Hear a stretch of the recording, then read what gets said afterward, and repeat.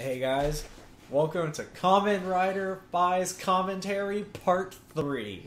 The finale, the final fight. Yes. The final Faiz. Stronger, I'm gonna say right now, stronger finale. Like, regardless of all the bullshit that happens, still a stronger finale than the other ones by far. Oh, absolutely. It was not painful to get through. It was not a slog. Basically everything gets wrapped up neatly, and I super enjoyed it a lot. Yeah, because they're not... Man. There's stuff happening. B, they're not trying to, like, speed wrap it up. Yep, you can tell that they definitely planned this out. Yeah, this is definitely... They put a lot more work into this one than storyboard-wise. Yeah, definitely. Because remember, we were talking about the whole flashback, and it's like, oh yeah, he has the old haircut he had at the beginning of the show, and you were like, they probably filmed it right there at the beginning and just sat on it for like 6 months or whatever, or 8 months or whatever. Yeah, whatever bullshit. They were like, finally, guys, we can put it in. They put in that VHS and let it rock. Yeah. So, fucking VHSs. So, we're picking up right at where we left off last time, where they're having the barbecue and Takuma and what's her fucking face attack. Yeah, fucking bitch ass and fuck shit, whatever. Yeah, Sayaka. Fuck shit. Yeah. Where they attack the barbecue and then the Takumi's an orphanage. Takumi's an orphanage. Everybody's still surprised. Freaked me the fuck out. I was like, what's going on? What's going on? And then Alan has to like fucking ruin everything for me. He's like, oh yeah, he was an orphanage the whole time. And I go, what does that even mean? This was the better part of this is when I said that and I walked out the door to go to class because we still had one more episode to watch that day. I was upset. I was still upset, but during the fight, Mari is having fucking existential crisis, flashbacks, a crisis and flashback visions of like the reunion, and then she remembers the reunion being attacked by a wolf orphanage, or a wolf orphanage was there, and so she obviously thinks that Takumi was the one who attacked the reunion. I didn't believe it for a goddamn second. And then the bad guys say that... Not for a goddamn second. The bad guys say, like, some throwaway line like, oh, we gave her life and we'll take it back. And then so Takumi walks away with them. Yeah, they were like, oh yeah, if you don't do what we say, then we will definitely murder the shit out of her after bringing her back to life. And Takumi was just like, well, I guess I'll just go with you. Yeah, But not. I don't think that's before. Oh no, he doesn't go with them. He runs away. Yeah, he runs away. Also because I think that's also when Mari sees that he is Te Orphanach, or is that later? Oh no, it's now. Yeah. So she sees that he's an Orphanach, and it's just like, oh my god, you're the Orphanach. Guess you're a monster, and I'll never trust you again.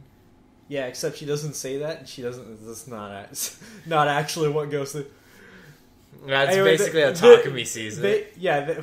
That's how Takumi sees it. That's how he basically sees it. For everybody else, they're still just not over the shock of him being an orphanage, which is reasonable.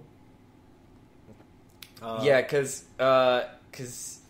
like Keitaro is trying to ignore the shit out of it, but Kusaka is being a fucking twat about it, and he's just like, you're an orphanage. You'll never be loved in this world. Yeah, Kusaka does anything that puts down anybody that's not Mari and raises himself. Yeah, he's a fucking twat and I hate him. Yeah. So then, later, fucking Takumi... Even a twat during the apocalypse, but we'll get to that. Fucking Takumi... Everybody starts having visions of Takumi fucking being around the house. Everyone's like, we miss Takumi. We want Takun back. By everyone, we mean Mari and Keitaro. Kusaka doesn't count ever. Yeah, and I don't want to accidentally include other people into this category that aren't there. Yeah, and while that's happening, this is when Takumi goes and meets with Kiba, right? Yeah, Takumi meets with Kiba at the fucking baseball batting cage again. Yeah. And he gives Kiba the Faiz belt. And he goes, one day, you may have to fucking murderize me. Yeah.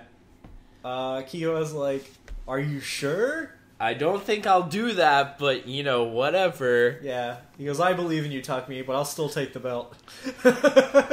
Yeah, and then, so that's when Takumi tells, is either Keitaro or Mari, if they're ever in trouble, to call Kiba, because he tossed him the Faiz belt.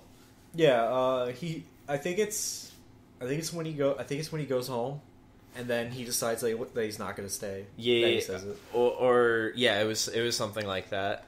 Yeah. And Keitaro's trying to not have him go, but he's freaked the fuck out, and everyone else is freaked the fuck out. Except for Kusaka, who doesn't care. Oh yeah, Kusaka doesn't care, but he also fucking hates everybody that isn't named Mari. And then at the end of the episode, they're attacked, or Mari and Keitaro are attacked by an Orphanoch. They call Kiba. Kiba henshins for the first time, which is great. He became Faiz. Yeah. That's what I wanted. I want Kiba to become a writer. I mean, I didn't want him to become Faiz because Takumi is Faiz. Yeah. And after he beats that Orphanoch, Takuma, Saiko, and Takumi show up. And they tell Takumi to take the Faiz belt. Takumi fights him and then runs away. God, I mean, that happens a lot. Yeah, it does. And isn't something happening with the Delta guy, or am I tripping?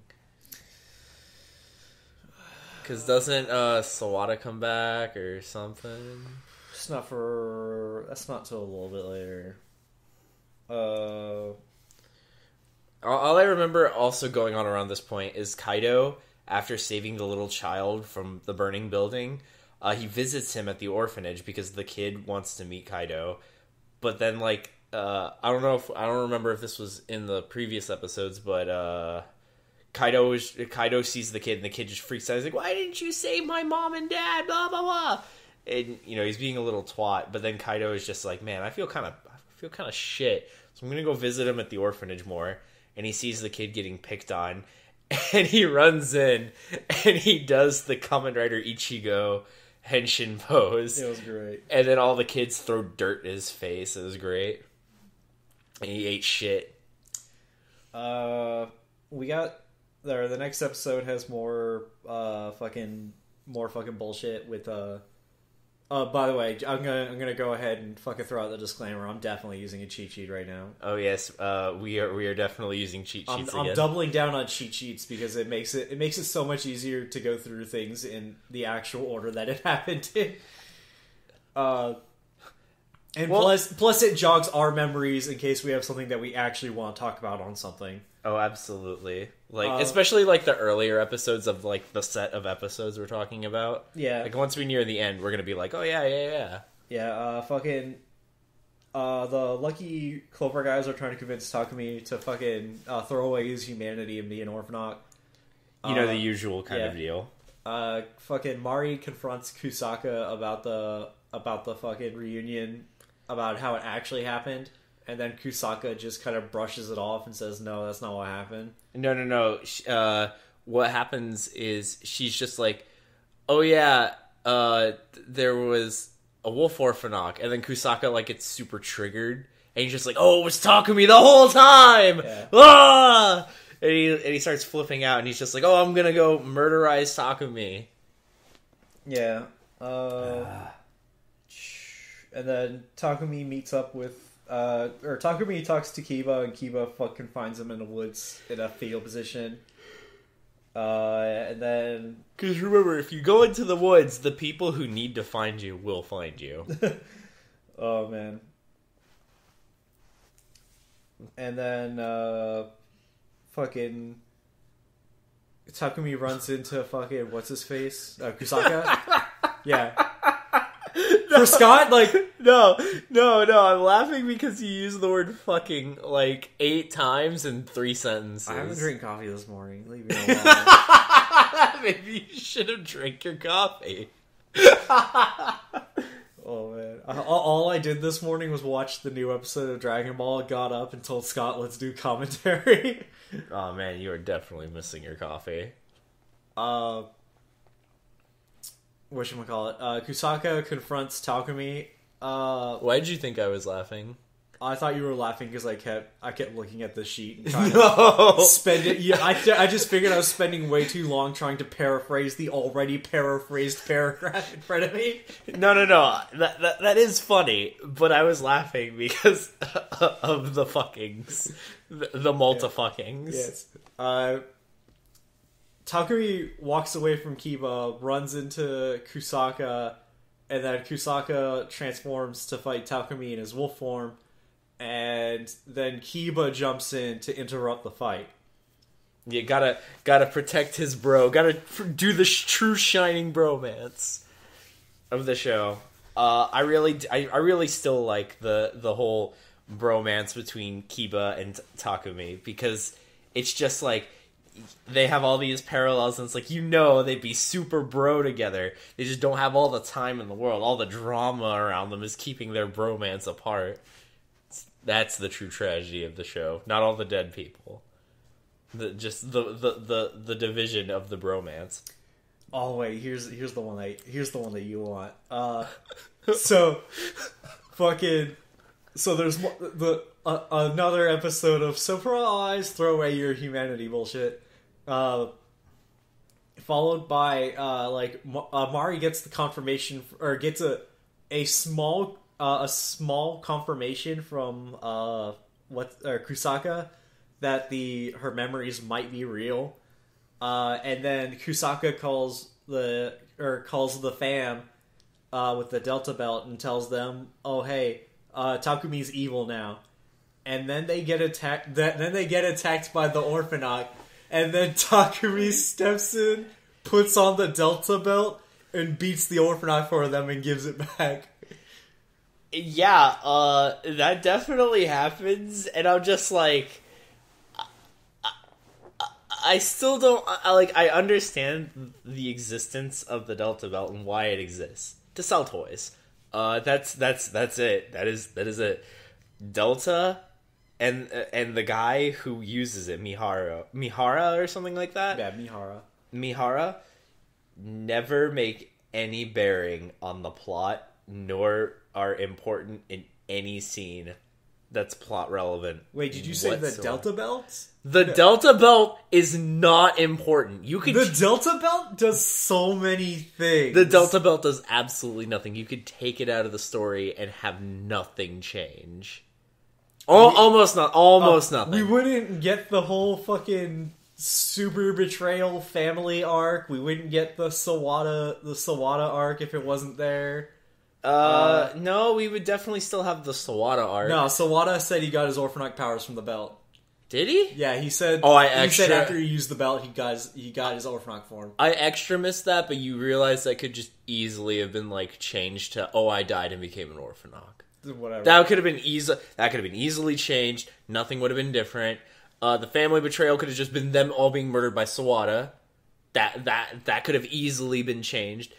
Mihara and the Delta Belt make no bearing on the plot whatsoever. They are basically irrelevant. I still like it. It's cool, but that doesn't change the fact that there's a lot of scenes. There's a lot of scenes where it's Takumi, Kusaka having a serious conversation, and Mihara's just there, standing there. There was literally a scene where it's a big conversation after Takumi gets the Faiz belt back. Spoilers. After Takumi gets the Faiz belt back and he protects a almost dying Orphanaut from being hard murdered by Kusaka and Mihara, Kusaka starts going basically berserker there, and Mihara basically does nothing. He just stands in the back and does nothing, and that's super unfortunate because he's basically a blank slate. He gets in the way. He gets a little bit in the way. There's other scenes that I'm specifically remembering, but I don't know. I don't specifically remember when they happen. But they do happen, where it's like Kusaka is having an important conversation. Oh, it's after they meet Tosan. Yeah. Anyway, he suffers from episode 30 syndrome, so whatever. Yeah, I forgive him for that. I still like him. Like I don't hate him. I'm just saying, like, it's unfortunate that his existence is literally easily replaceable with with empty air. So I like him. I do. What I think they should have done to solve this specific problem, I think that the amount of students for the Ryusei Elementary School bullshit should have like been off screen taken care of. And Mihara just a recurring character, like, throughout the main series, like, showing up like, hey, this thing happened, or hey, we did this. And then maybe he could have gotten more development as episodes went on, but no. Instead we get... He comes in out of nowhere, they hand him the belt, and then he doesn't... Go. And then they say go, but then he doesn't really do anything, though. It's really unfortunate.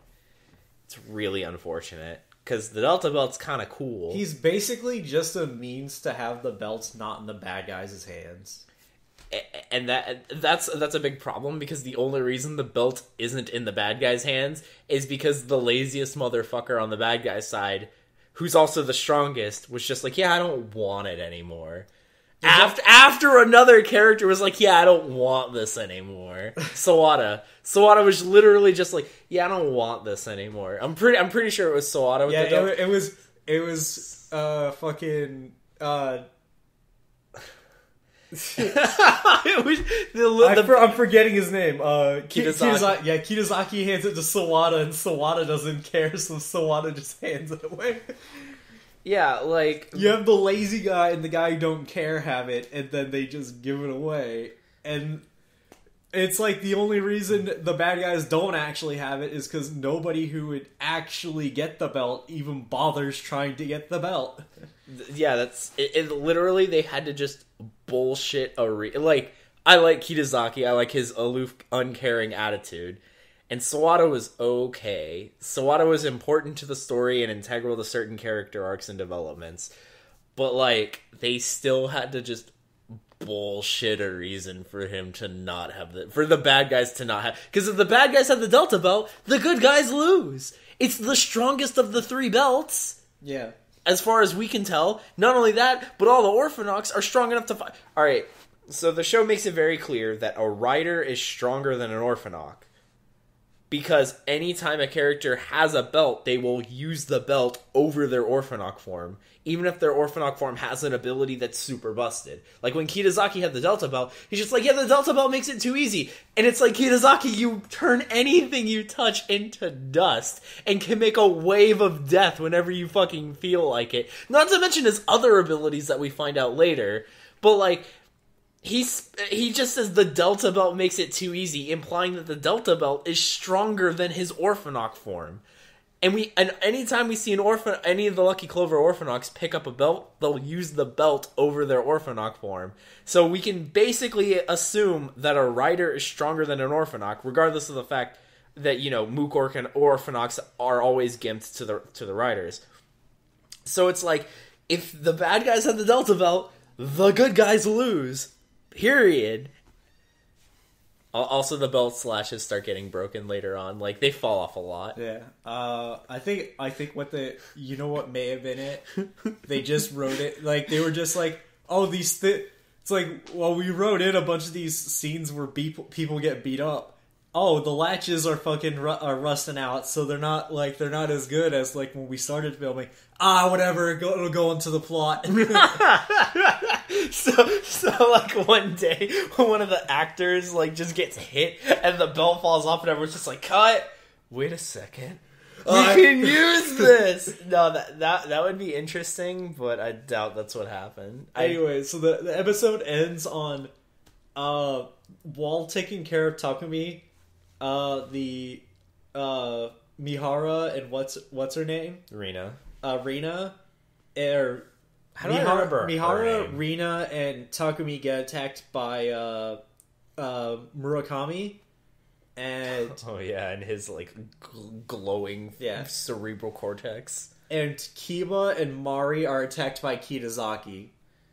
Oh yeah, that's definitely that's right. And then that's when Mari sees Kiba. Yeah, so this is funny. So we see Kiba do the henshin pose, and I'm just like, wait, how does he know the henshin pose? And then Al was just like, oh yeah, he read the instructions. And then I'm like, but does he ever use the Hisatsu? And he does it against Kitazaki, and I'm just like, thank God he read those goddamn instructions. I was like, but what about blaster mode? And he definitely uses blaster mode in the fight. No, Excel. Or Excel, yeah, not Blaster Mode, Excel, I'm sorry. We don't get Blaster Mode till a little bit later. Yeah. Little bit. During the fight with Kitazaki, so Kiba uses Axel, which the fight should, like, you'd assume fight over, done. Nobody can beat Axel. No, apparently Kitazaki can shed his outer armor off and get a faster, more sleeker form. And then... On his own whim, he can change back into his armored form to tank hits. Yes. And it's super cool to see him do that. Scott was like, that's super busted! And I was like, they need to have a reason for Kitazaki to be an actual threatening character, so they just gave him super speed. They gave him the ability to move as fast as Clock Up and Excel mode. Oh, man. There's only like 2 people in the entire show outside of Faiz Excel that could move that fast. Yeah, yeah, basically. It's great though, especially because seeing Kitazaki trigger, like, because this is Mari's first time seeing Kitazaki in his Orphanok form, and that triggers more of her memories about what happened on the reunion. Because as it turns out, it was actually Kitazaki that murdered everyone on the reunion. And Takumi just happened to be there. And then that's when... Oh, excuse me. That's when we get the footage of, like, all the Ryuseiji elementary school kids all grown up and hanging out and doing the at the reunion and whatever. And then they're getting attacked and murdered by an Orphanok because they all... It was a trap set by Smart Brain. Oh, yeah. Well, we don't find that out till a little bit later, but... Also, when Mari sees Kitazaki, she gets more memory flashes, and part of her new memory flashes is that Kitazaki was also there at the reunion. That's what I was saying. Yeah, I mean, I was reading the piece paper. Yeah, that's what I was saying, and it just so happens that Takumi was there to try and fight off Kitazaki. And, like, that's how Mari saw Takumi at the reunion, because he had transformed into his Orphanok form to fight off Kitazaki's Orphanok form. But he got his shit stomped in, and everyone died. Except for, like, Takumi. Luckily. Yeah. Then... So a part that's missing from here, and I don't remember how it happens, is apparently Kiba gets away from Kitazaki. I don't know. I don't remember how. Oh no! Remember, he sees the airplane. Oh!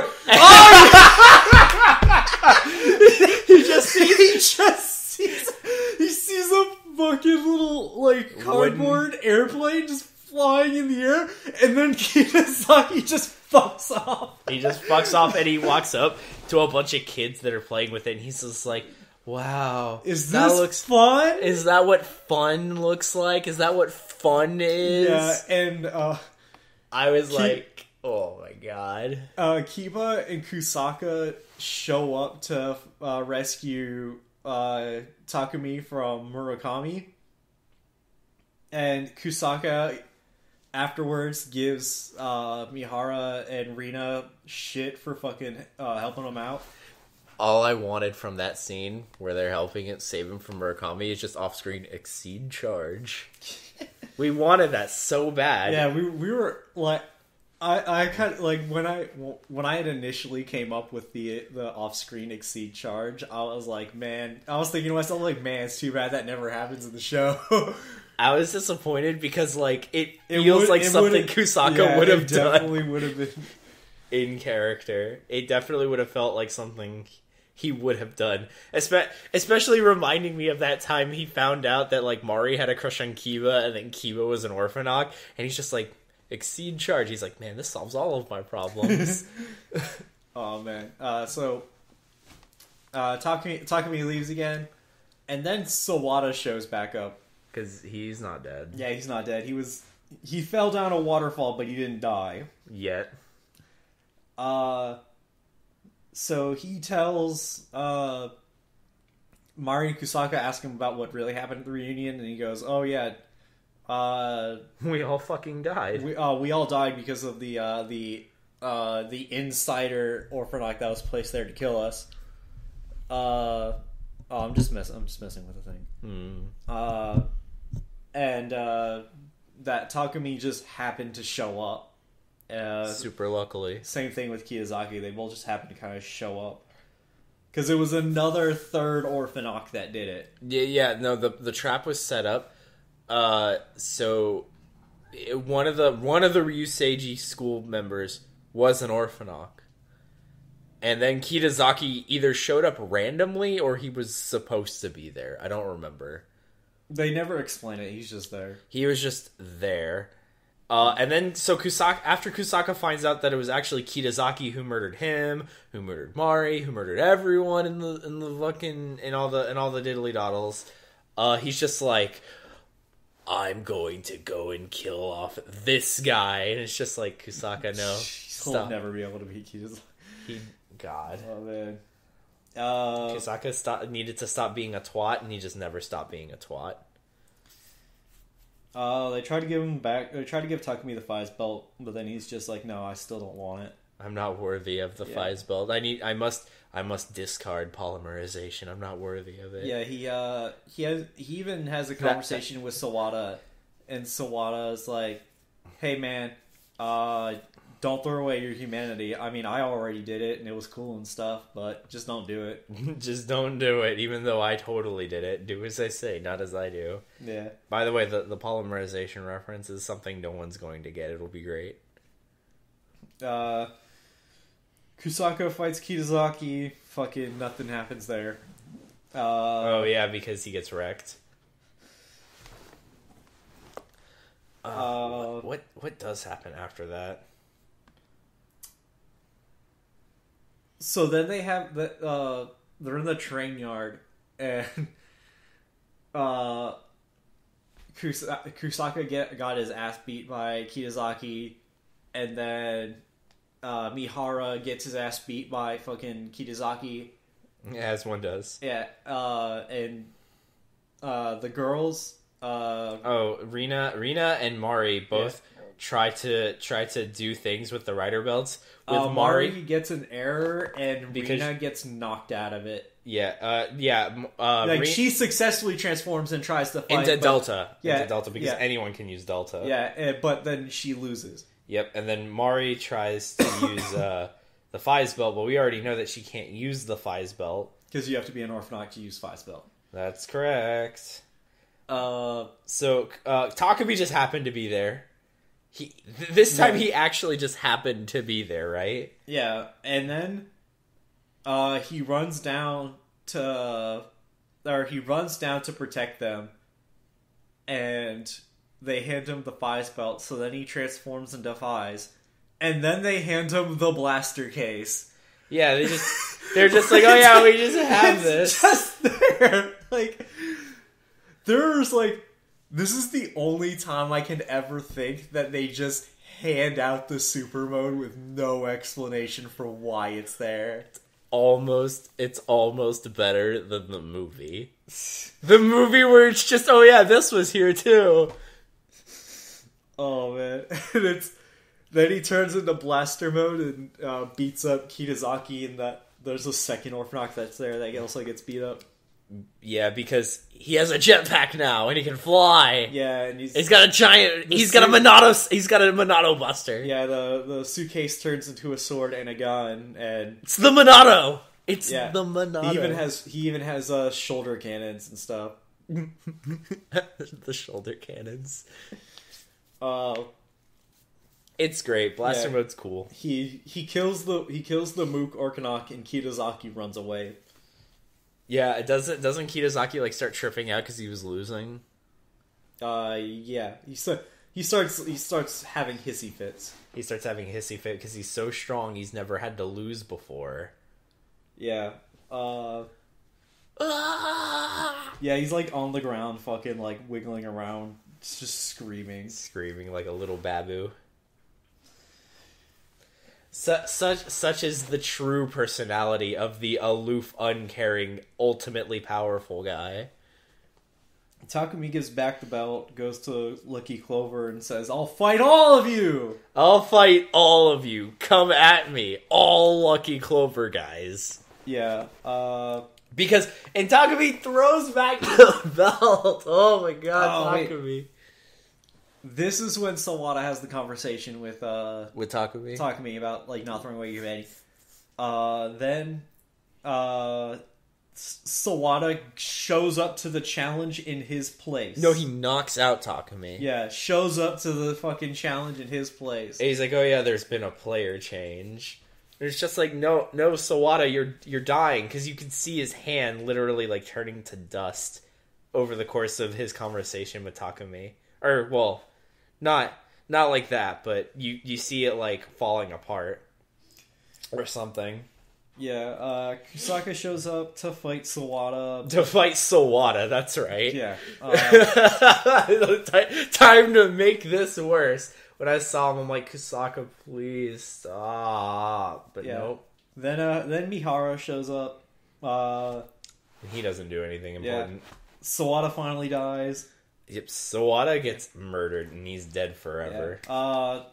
Both Kusaka and Mihara get knocked out of their transformations. They have to get knocked out of the transformation. Yeah, they have to. This is important. Because as Sawada lays there dying, Takumi doesn't Takumi. Yeah, he walks away from the scene, and Takumi and Mari find him. Yep. And then he dies, and so Takumi is like, "I'm going to fight." I finally have my true ultimate, never gonna stop reason for fighting. Yeah. Then Takumi walks into the scene right next to Kusaka and Mihara, and then we get our all the riders henshin. It's great. Yeah. Standing by. It's fantastic. It's cool. And then we get the remix of Justifies, the opening. Yeah, the good one. After the fight, they want Takumi to come home. And he's just like, yeah, sure. Lucky Clover wants to recruit Yuka. Oh yeah, because she does the murdering of the people. Yeah, the cops have accidentally seen Yuka, like, in passing, and then they remember they were. One of them was just like, huh, she looks kind of familiar, and then he pulls out the basketball team that she slaughtered way back at the beginning of the show, and he's just like, that's her. That's definitely her. Yeah, because those police investigators from the beginning of the show show up like 20 episodes later. I'm like, I forgot about these guys. Yeah. Then we get the entrance of fuck guy who's like all like pro humanity. Oh, that asshole! Yeah. He tells the cops to fucking stop investigating Orphanok incidents without telling them that they're Orphanok incidents. Yeah, he's just like, stop doing this, otherwise bad things will happen. Yeah. And every time this guy's on screen, he's like talking about, oh yes, I'm here for the betterment of humanity and da da da da da. And I'm just like, I don't believe a goddamn word you're saying. You are extra evil, and I can tell. Yeah, we get the amusement park scene where the all the Orphanok guys go with all of the Orphanok team goes with the rider team to go have a day at the amusement park. We get the scene of we're getting the bullshit scene of Keitaro is hanging out with Yuka and Kaido, and Yuka's trying to flirt with Kaido. Keitaro's trying to flirt with Yuka. We get the bit where Keitaro sends Yuka, who he still doesn't know are the same people, a message on the phone saying, "Oh man, I'm with this girl that I like. What should I do?" And then Yuka responds to Keitaro, "Oh, you should just grab her hand and hold it." And then so he does it, and she gets really mad at that. Just like, oh yeah, and I'm just like, but isn't he right there? Didn't he just get a text from her? Didn't he just try to do? It's like she should. It's almost as bad as the whole "I don't know that Takumi is Faiz, I don't know that Kiba is a horse" deal. Yeah. Then when she runs away from the situation, she gets attacked by Saeko. Oh, that bitch. Yeah. Fuck bitch. She gets attacked by Saeko, turns into an orphan to defend herself, and the younger plucky cop sees this, and he goes, "Huh?" He turns into Tim Allen. Yeah, he sees her turn into an orphan and he's surprised. Then Takumi and Kusaka show up to fight Saeko, and then he's surprised by that too.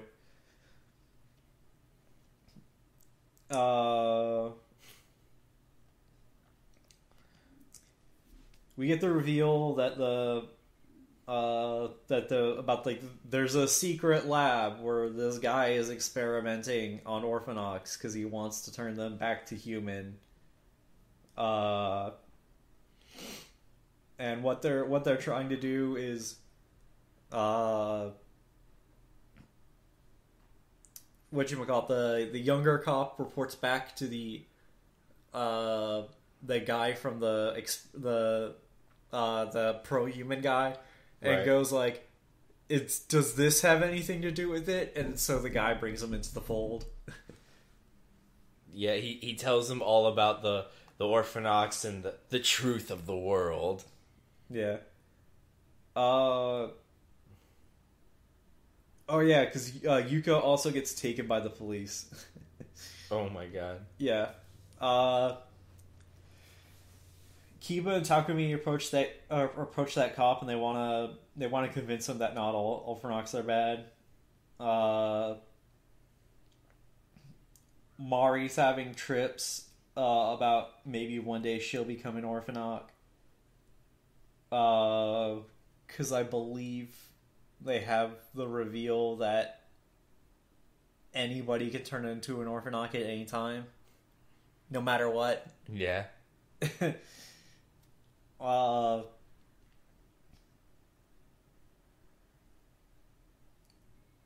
Yuka. Oh no! Wait, my bad. They don't abduct Yuka. She turns herself in.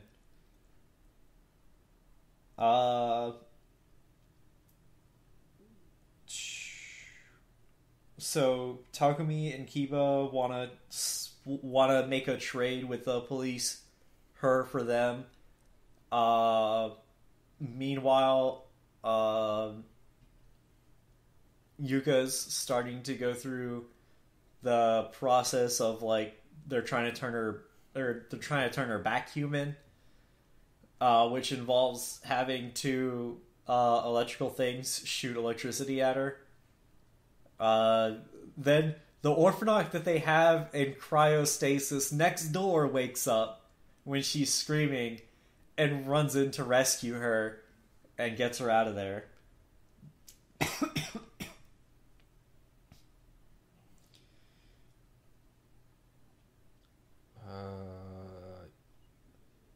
Yes, sorry, I was doing something. Yeah. Then Kiba and Yuka are surrounded by the police, and Takumi is trying to defend the Orphanox that saved Yuka from Kusaka. And that's when we have the scene where Mihara doesn't do anything. It's like he shows up in a whole bunch of scenes, and he just isn't important, even though he's a writer. and it's sad. And the Delta Belt was made to be this big important thing, and then it wasn't. And all the Ryu Seiji members were supposed to be these big important people, and then they weren't, except Kusaka and Mari, and Sawada, kinda. Oh, man. Kiba's starting to have his fucking, his crises of character. His final character arc crisis. Yeah, where he's starting to wonder if humans and Orphanox can live together. Yeah, if the evil monster Orphanox and the evil asshole humans can ever live together. Yeah. He drops off Yuka at Keitaro's place. Oh yeah. Yeah. Then we finally get the scene where Yuka sends Keitaro a fucking email, and then Keitaro reads the email out loud, and Yuka realizes that Keitaro is the same Keitaro. Yes, Kikuchi-san is Kikuchi Keitaro, and Osada-san is Osada Yuka. Oh no, the thing is that Keitaro doesn't realize this until she runs away, sends him another message about her being next to a red balloon. He finds her and then sees the red balloon and puts it together. He adds 2 and 3 together and makes fuck. He makes the fuck. Then, while he's convincing her to stay, they get attacked by Saeko. And bitch. then Yuka beats the shit out of her. She activates her golden wings of murder. And then, Keitaro doesn't fuck it up. And at the same time, there's a scene where Takumi and Kiba are trying to protect the policeman from the gun-wielding Orphanoch. And the policeman is like, "Oh man, save me!" And Kiba's like just standing there.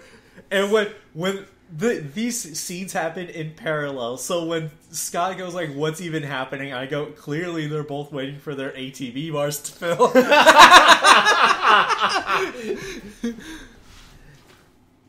God. Kiba does not help the policeman. And he kind of stares. Keitaro gives Yuka a reassuring hug and tells her it doesn't matter. He just wants her to stay. Yeah! Too bad it's short-lived as fuck. I know. It's super short-lived. Because this random gun-wielding Orphanoch is, like, redonkulously strong, but, like, he's never been anywhere before, and he's not part of Lucky Clover. He's just a really strong Orphanoch. Yeah, and fucking what had actually happened is the pro humanity guy shows up to Smart Brain, and he's talking with Murakami, and Murakami goes, "Oh hey, if you need an Orphanoch, I can just lend you one." And he's like, "Oh, you just have an Yeah, sure, I'll take it." You should have an Orphanoch. Yeah, you know. And the best part is everybody else on the science pro humanity side is like, he just had an Orphanoch. Isn't that a little suspicious? And he goes, "Oh, it doesn't matter because we're going to complete our objective anyway. Because we're going to do the thing." And it's just like, oh yes, it doesn't matter if you put me in check because I'll put you in checkmate. And so the reason why the Orphanoch attacks the police is because it's all part of a plan to try to catch Kiba and Takumi. That ultimately ends up failing anyway. You know. Yeah. So Keitaro and Yuka are now all lovey-dovey. They're in their springtime of youth. Yeah. Keitaro asks her out on a date, and goes to wait at the date site. The dato site. Yeah, and Yuka, Kiba, and Takumi before the date are having a conversation, and then they get attacked by police. The copes. Yes. Oh, and don't forget when what is it? Is it before Yuka got kidnapped? Kaido was being an asshole. Remember when she attacked the cops? Yeah, Kaido's like, I don't want to be involved with you guys anymore because she's a criminal and it'll cause trouble for me. Yeah, he's like, fuck that. Yeah. And he fucks off because he's an asshole. Yeah, he says that 3 or 4 times and still has yet to fuck off, so... I mean, I'm not saying 3 to 4 times, within this specific instance. Oh, yeah. But remember, he truly does care. Yeah, Sort of. Yuka can't henshin anymore to save herself. Runs away. And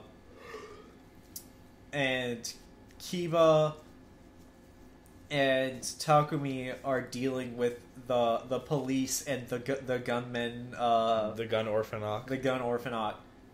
The cowboy orphanok. Yeah, Takumi tells him to go get Yuka, and then he turns into blaster mode and beats the cowboy orphanok.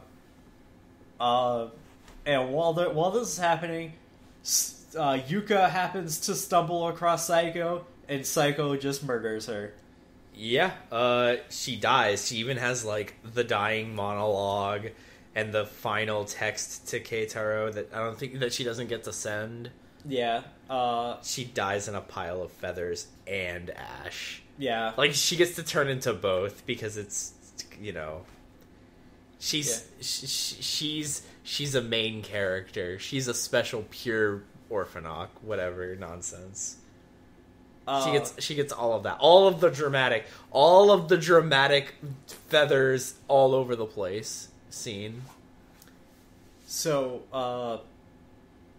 pro-human asshole, I don't even remember his name. It doesn't matter. Sends an email to Murakami saying "Oh man, I know your guys' secret now. Ha ha ha. Oh yeah, I figured it out. The true fate of all Orphanok. Yeah. The truth about the Orphanoks. Kiba stumbles across the pile of the ash dead Yuka. And he goes mad. He gets super upset. Yeah, he gets super upset. He roaring rampage of revenge. Yeah, he runs across the pro-human asshole and murderizes him. And this is as in his dying breath, the pro-human asshole says, "Oh man, I know your guys' secret fate, and you'll never figure it out until it's too late." And he dies after getting stabbed through the heart. And we even get the X-ray thing that we haven't seen in a while. Yeah. Takumi runs across the pile of ash and feathers and goes, "Oh no, she's dead!" and grabs her phone and stuff. Yeah, he's just like, "Oh shit, this is real." Yeah, then he goes to pick up Keitaro.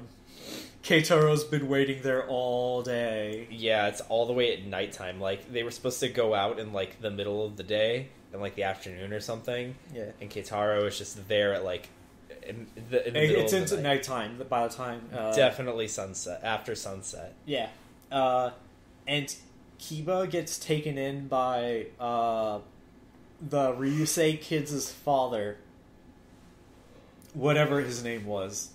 Hanazono or something like that. Yeah. He gets taken in by him, and he's good. Good. See, the problem I have with Hanazono is he never does the thing that I want him to do ever again from Ryuki. Just where he showed up first time we saw him with Kusaka, and he goes, "Tatakai, you have to fight in order to survive. Gohan, let it go."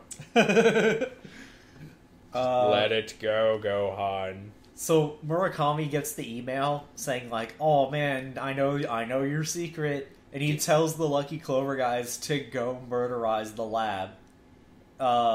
It's even better because Takumi wants to go to the lab and talk to the guy, and he goes, "Oh yeah, don't worry about me. Besides, what can one person do to an entire lab?"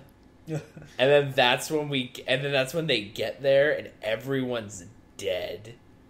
Yeah. And it was all Kiba. Kiba rampaged that entire lab. Yeah, when the Lucky Clover guys are there, they walk in and all the scientists get up and go like, "Oh, Orphanok, and they all turn to dust. No, it's when Takumi's there that they do that. Yes. The Lucky Clover guys are they're already dead by the time they show up, and they just leave. Yeah, the Lucky Clover guys show up and they're just like, "Oh, everyone's dead. Guess we don't gotta care anymore." And then what happens after that? Takumi talks to Keitaro and Mari about Yuka.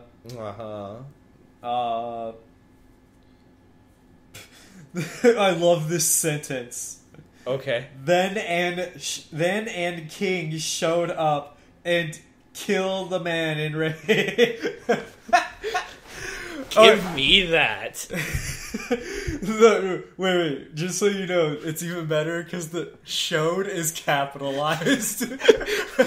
Hold on, wait. Where is this? It's in, what is it, 46? Yeah. Okay. Well, alright, the Coral Orphanok is a monster in this episode. Tereo is convicted by Coral Orphanok, kills a man using his stab. Oh wait, not 46, might have been 45. Okay. It's the one that starts with Kiba thinks Yuka's murdered by an Orphanok, some bullshit. And Kiba saw Yuka dead and think the Orphanok killed her. Takumi talks to Kitaro Mari about Yuka. Then King showed up and killed the man in rage. Yeah. Then N King showed up and killed the man in rage. Oh man. And take see, the problem here is that I understand what it's saying, but it's in the worst English I've ever seen. This is Wikipedia.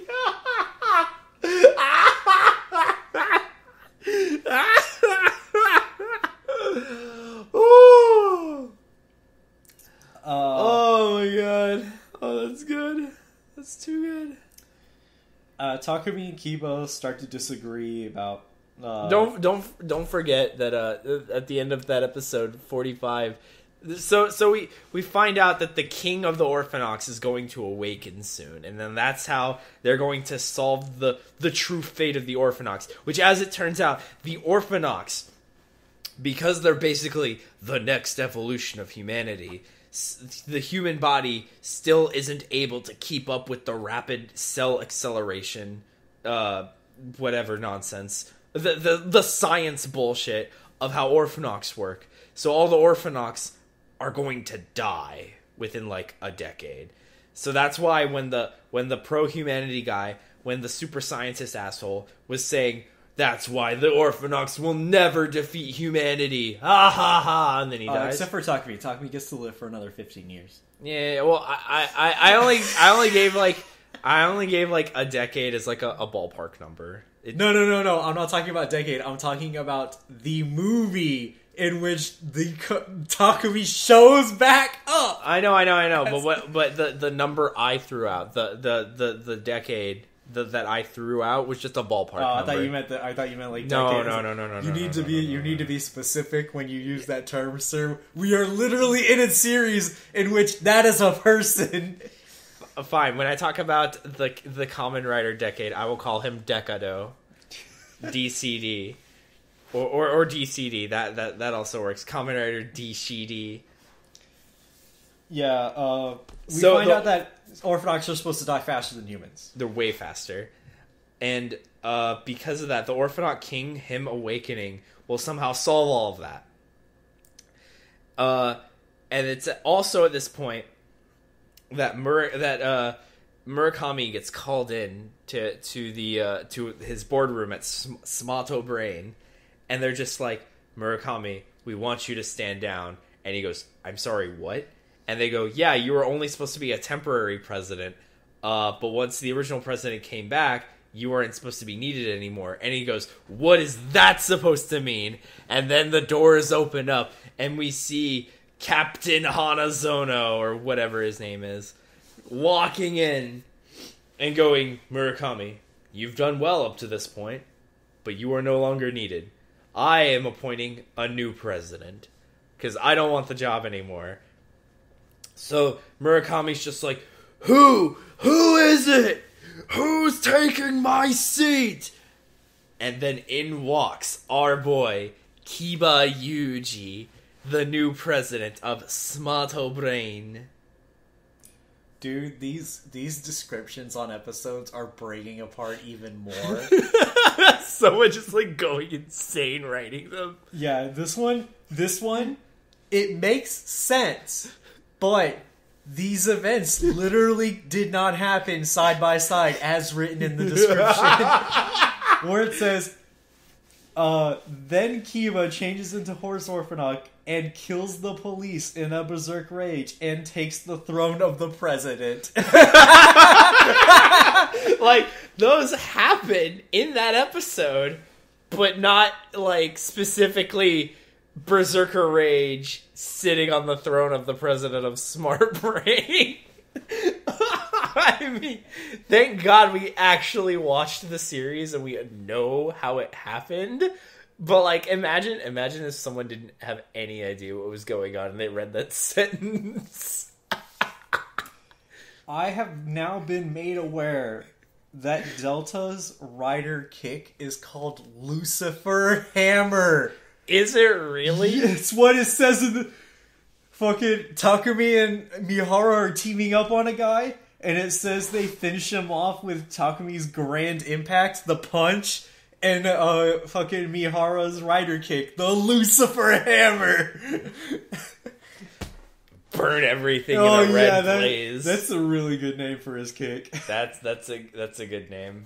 Yeah, because they're trying to protect the kid from being attacked by an Orphanok. And because it turns out the kid is actually the King Orphanok somehow.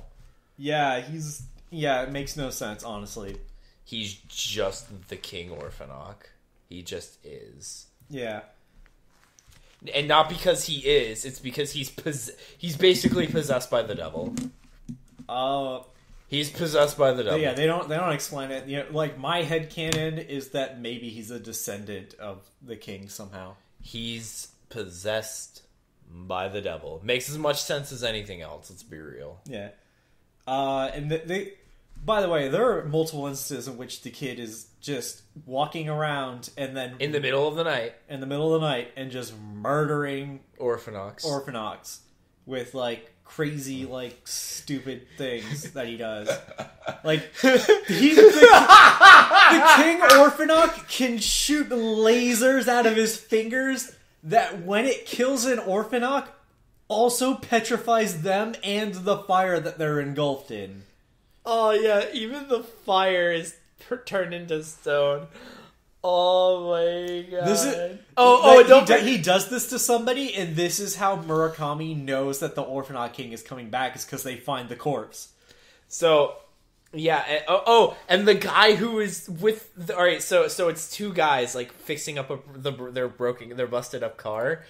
And the only reason I remember this is because I was like, that was him the whole time. It's like, that was that guy.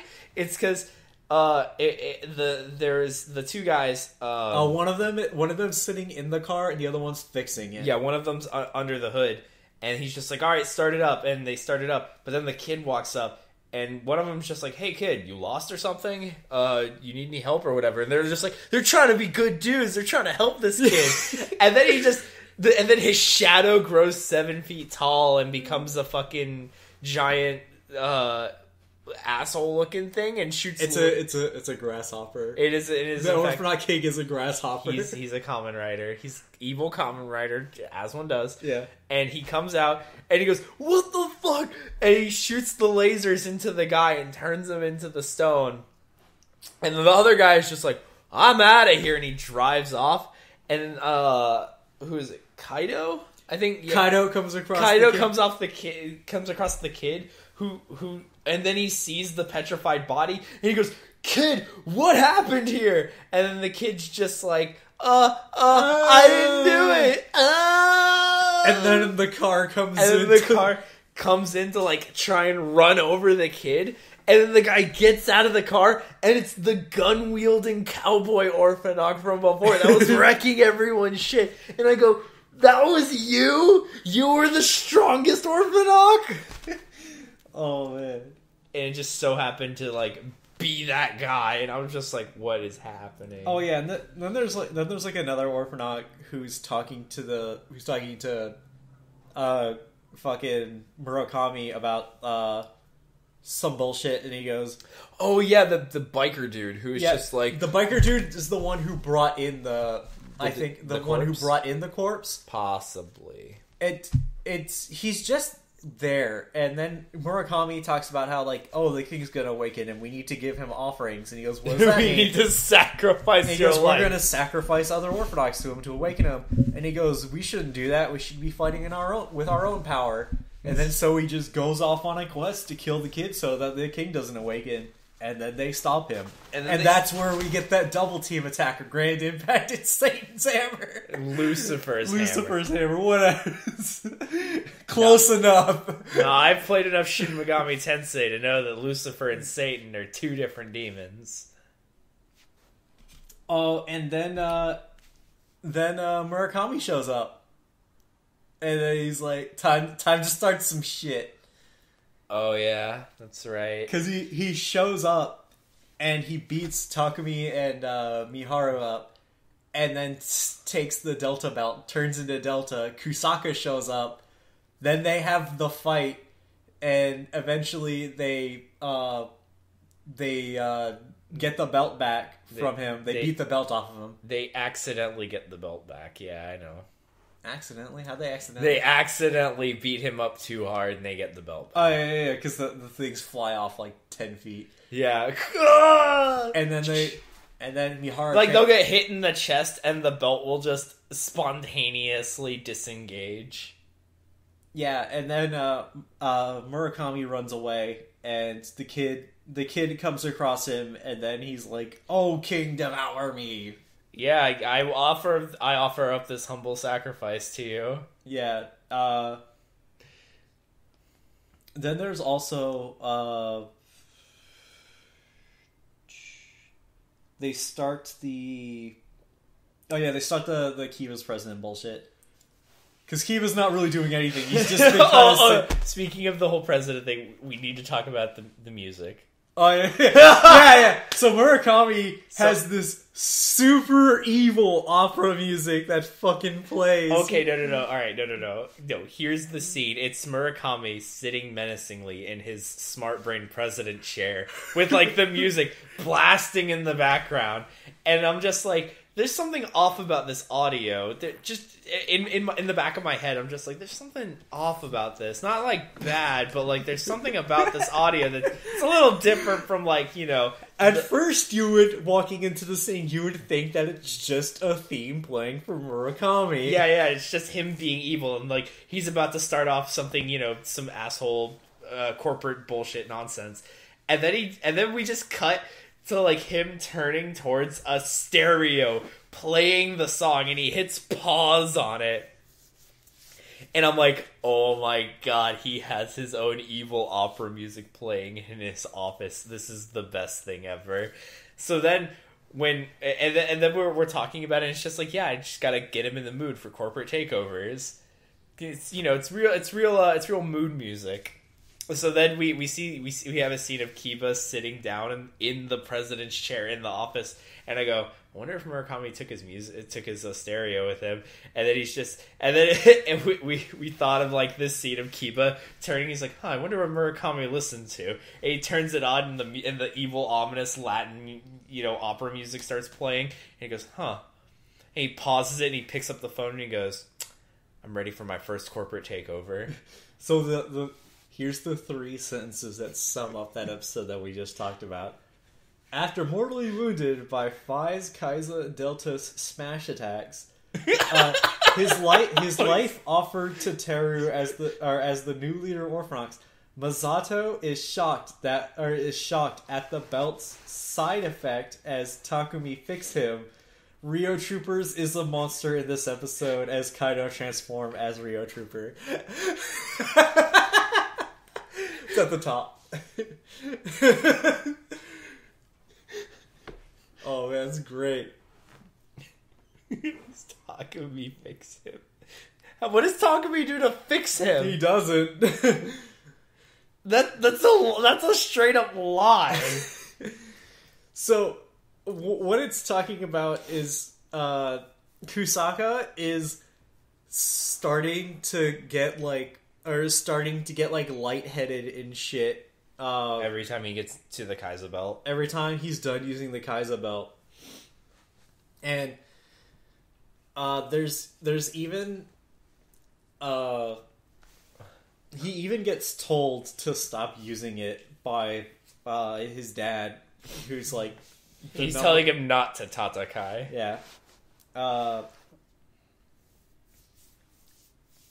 Well, at the same time, Hanazono was just like, oh yeah, he's telling Kiba, he's just like, yeah, we've developed 6 new rider belts to be used by people, right? He told it to Kiba. Yeah, he told Kiba that he developed 6 belts for killing the king. Yep. And so Kiba goes and talks to Kaido, and what's really great is Kaido is just like, I finally get that dream of yours now. And he goes, yeah. He's like, yeah, definitely humans and Orphanox working together. I feel it, man. I'm down with it. And Kaido is super amped about it because he's been spending his time at the orphanage to with the kids and all that good stuff. And I'm like, and at this point, I'm like, does he know Yuka's dead? And it's just like, no, he doesn't. He just doesn't know that Yuka's dead yet. And it's really great because it's just like, yeah, I'm totally amped up about this whole Orphanox protecting humans type deal. We're definitely going to be doing that. And Kiba's just like, yeah, protect the humans. That's what we're going to do. Yeah, you want to be a rider? So, somehow, for some reason, what ends up happening is Kaido and his posse show up with the Rio Trooper belts. Oh, it's not his posse, it's Kiba's posse. Like, Kiba summons them. Kiba's there, I forget. Kiba summons them all with a snap of his fingers, and they're all men in like business suits and sunglasses and fedoras and stuff like that, and they're all like looking sharp, looking like some smooth ass criminals. And Kaido's there, and he gets to mug the camera just a little bit before they all turn into like these shitty looking orange mook riders. Yeah, nobody says anything except for Kaido, who's like, "Okay, henshin," and then they all henshin. Yeah, and unfortunately, the Rio Troopers kind of look shit. Yeah, they're supposed to look like shit. Yeah, I know. Still look like shit. I'm still going to say it. Yeah, because they have very basic designs, and they're orange. Yeah. I don't know if anyone agrees with me, but orange is a terrible color for a Sentai. And any Sentai suit, orange is probably going to look like shit on it. Yeah, because they're supposed to have a stupid mass-produced look, basically. Yeah. I get it. I'm still gonna say it looks shit. Yeah, and then they're told to fight they're told to fight the main characters. Yeah, Takumi and Kusaka. Yeah, and fucking Kaido's like having a bitch fit about it. He goes, hey, we're not supposed to be doing this, blah blah blah. We're supposed to be helping the human dudes and whatever. Yeah. He's like, you can take your stupid belt back. I don't want it no more. Yeah, and I believe this is when we get the reveal that everybody else gets the reveal that the kid is the Orphanox King. Yeah, because Takumi learns that the kid's the Orphanox King. Oh, you're right. Because Takumi I forget how we learned. I think it's Kiba tells him. Because that's the only person who could possibly have told him. Yes. I want to say that yes, Kiba's the one who told him that the child is the Orphanot King. And so No. I think he sees the kid murder somebody or something like that, right? Or I forget how it happens, but Takumi finds out that Teruo is the Orphanot King. Yeah, and so he goes to try to murder Teruo, and Kiba shows up to stop him. And No. Everyone else stops him, and Kiba was there. And Kiba summons his Rio troopers.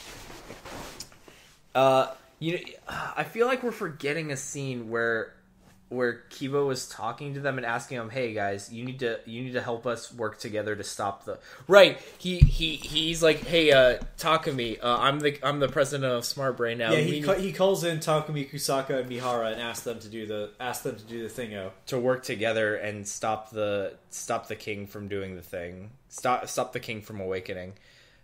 But then we get the on their way out, we get the stupid elevator scene. Oh yeah, that stupid elevator scene. Yeah, and then did we talk about the elevator scene? We talked about it in Zelia. We didn't talk about it here. Oh, we definitely got to talk about it here. Okay. So, oh my god, there's a stupid scene that me and Scott both don't agree as to what happens, because Scott doesn't have an explanation. He just doesn't believe that it happened at all. And because it shouldn't have happened. I came up with like 2 reasonable explanations that are bullshit. Okay, one of them is unreasonable. One of them is reasonable, but Scott doesn't believe that either one could conceivably have happened ever in any plane of reality. I didn't say any plane of reality. I said I don't know. Your abject rejection of them makes it seem like that. Okay. So here's how it happened. So we have Kusaka and Mihara outright rejecting Kiba, and Kusaka's telling Kiba to fuck off because Kusaka is a stupid twat and he doesn't want to like talk to anybody because he's an asshole. And Mihara doesn't exist. He's a blank slate. Yeah. So as they're leaving, they hear an elevator open up behind them, and they turn around and they see their dad, Toho-san. So Mihara goes, "Oh, father!" and he runs into the elevator after him. And then the elevator doors close before Kusaka can jump in with them. So he goes, "Oh no!" And he goes and opens up another elevator. And then I have a new explanation that actually works. Wait! Before let me finish setting up the scene. So then we cut to the ground floor, because they're obviously on the top floor talking to Kiba in the president's office. So now they're on the ground floor, and we see Mihara get out of the elevator alone with no one else in the elevator, and then a few seconds later, the other elevator opens up. And Kusaka runs. And I go, where did the dad go? This makes no sense. And Mihara, like, the scene is so dumb! You forget, their dad can move at clock-up speed. All he has to do is run out the elevator at clock-out speed. Nobody can visibly see that.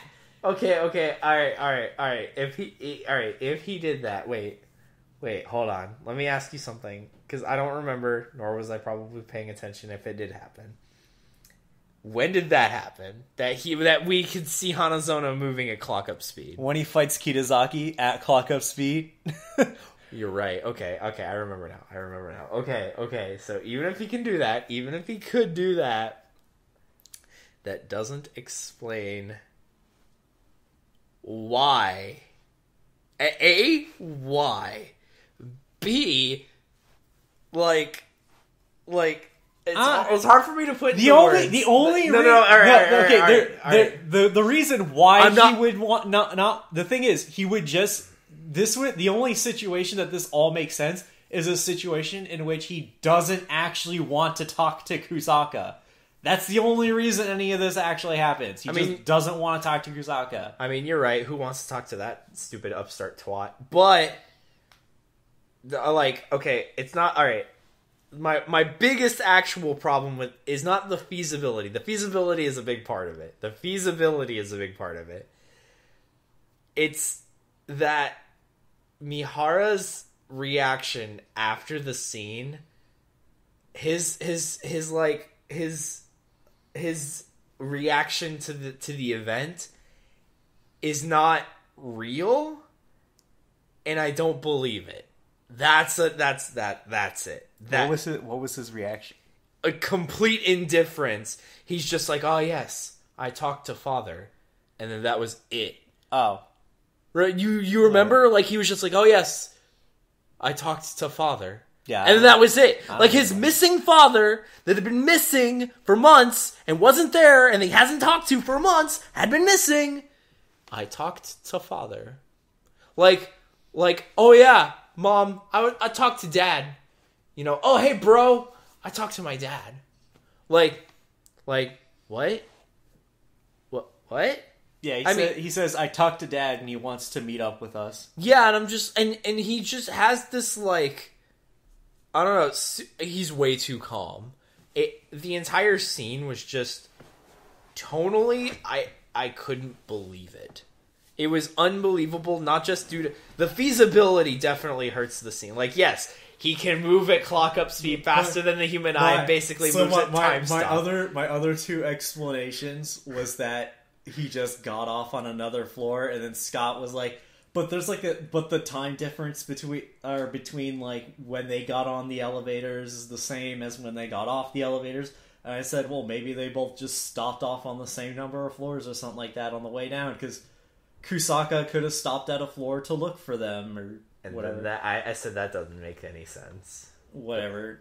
And the unreasonable one is that he just jumped out. I love it. He just goes out. He jumps out the emergency exit.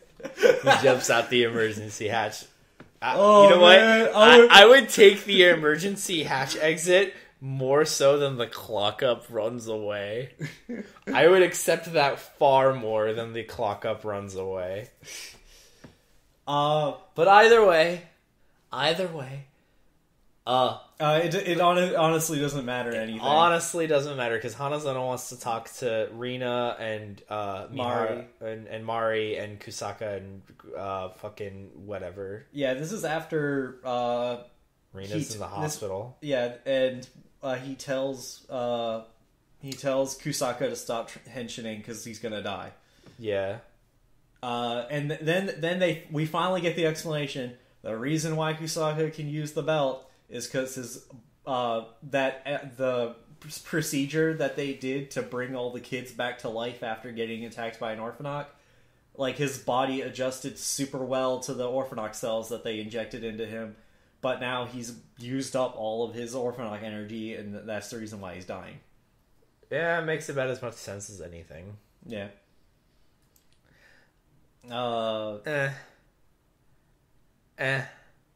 Hey, it's better than just having spent the whole show saying, "Oh, you just kind of got it." You just can. Yeah. I mean, like, like the explanation is just like I'm not. It's not like, I guess it was supposed to be super shocking or like, oh, this explains everything. It wasn't shocking at all. It's like he just presents it in a very matter-of-fact way. Yeah, it's just like this is the explanation. This is the reason for everything. why you don't die when you use it, but now you're gonna die because you used up all your energy. You used it too much. Yeah, like an idiot. Which to me makes sense, because since he's not actually an Orphanoch, he's not generating his own Orphanoch energy. And Orphanoch cells specifically. Whatever. Yeah, he's not generating his own Orphanoch cells, so his Kaiser belt is using them up before they can properly regenerate or some bullshit. I don't know, something like that. Science, blah blah blah. Kusaka was the only one who could use the Kaiser belt, and now he's running out of time being able to use the Kaiser belt. Yeah. Then on the way to the meeting, Kusaka stops whatever his name is, the father, Yeah. And the father's like, well, I'm not going to fight you because it's already too late. And then he turns to dust. Mm-hmm. And then Kusaka is attacked by Kiba and the Lucky Clover guys. And they beat him up. And Kiba gets the belt, picks up Kusaka, and snaps his neck. He picks him up in one hand and snaps his neck. It was great. Yeah, and then Kusaka turns to dust. Gone forever. Gone with the wind. We keep making the joke that keeps coming up every once in a while. That's like really good every time it does come up. Is now there's a little bit of me inside of you because somebody will accidentally breathe in the dust. Don't worry, they'll always be with you in your lungs. Oh man, That was a good comic. Faiz, oh yeah, we get the amazing scene where Faiz beats all the Rio troopers by doing the Axel Rider kick. The Axel Rider kick? Okay, so normally when he does the Rider kick, it's got the one cone that he kicks through. Yeah. But then in the Axel mode, when he does the Rider kick... His Rider kick, he summons five. He summons no, five. No, he doesn't do that to the Rio troopers. He does that... No, but I'm saying the actual Rider kick for XL is he summons, like the signature one, he summons 5 cones. And kicks through all of them. Yeah, kicks through all of them. And he didn't do that to the troopers. He did that to one Orphanok. Yeah. And when he was fighting the troopers, I was like, please do one for each trooper and like do that. And he doesn't, but he does do that in the movie where he's fighting a whole bunch of Rio troopers, and you just see the cones drop out of the sky while he's in Axel mode, and he just kicks through all of them, and it's so good. I loved it. It was the thing I wanted. Yeah. Well, the reason why I was saying that it happened is because. It's a Takumi, Kaido, and Mihara all team up to beat the Rio troopers, and it says Takumi uses Axel form. Well, he probably does use Axel form. No, it's because he was in Axel form, and I'm like, do the thing that I want you to do, and he didn't do it. But he still kills them all. All of them are dead. They're all worthless.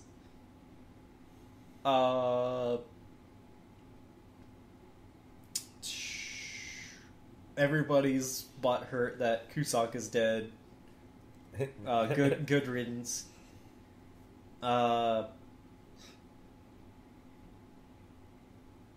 Takumi confronts Kiba about it. Then they have the bit where they confront the Lucky Clover guys in the middle of a field, and Kitazaki gets hard murderized by the Orphanok King.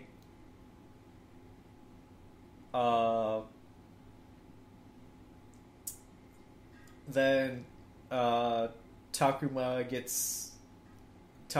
is scared, and Saiko's like, "Oh yes, the king." Sama. Oh man, Kitazaki get hit by Takuma using his Orphanok form before Kitazaki is executed by Arch Orphanok. No, I can't keep handing you the phone for this shit. We need to get through this. We need to get through this. This is shorter than most of our normal ones. Like, we're almost done.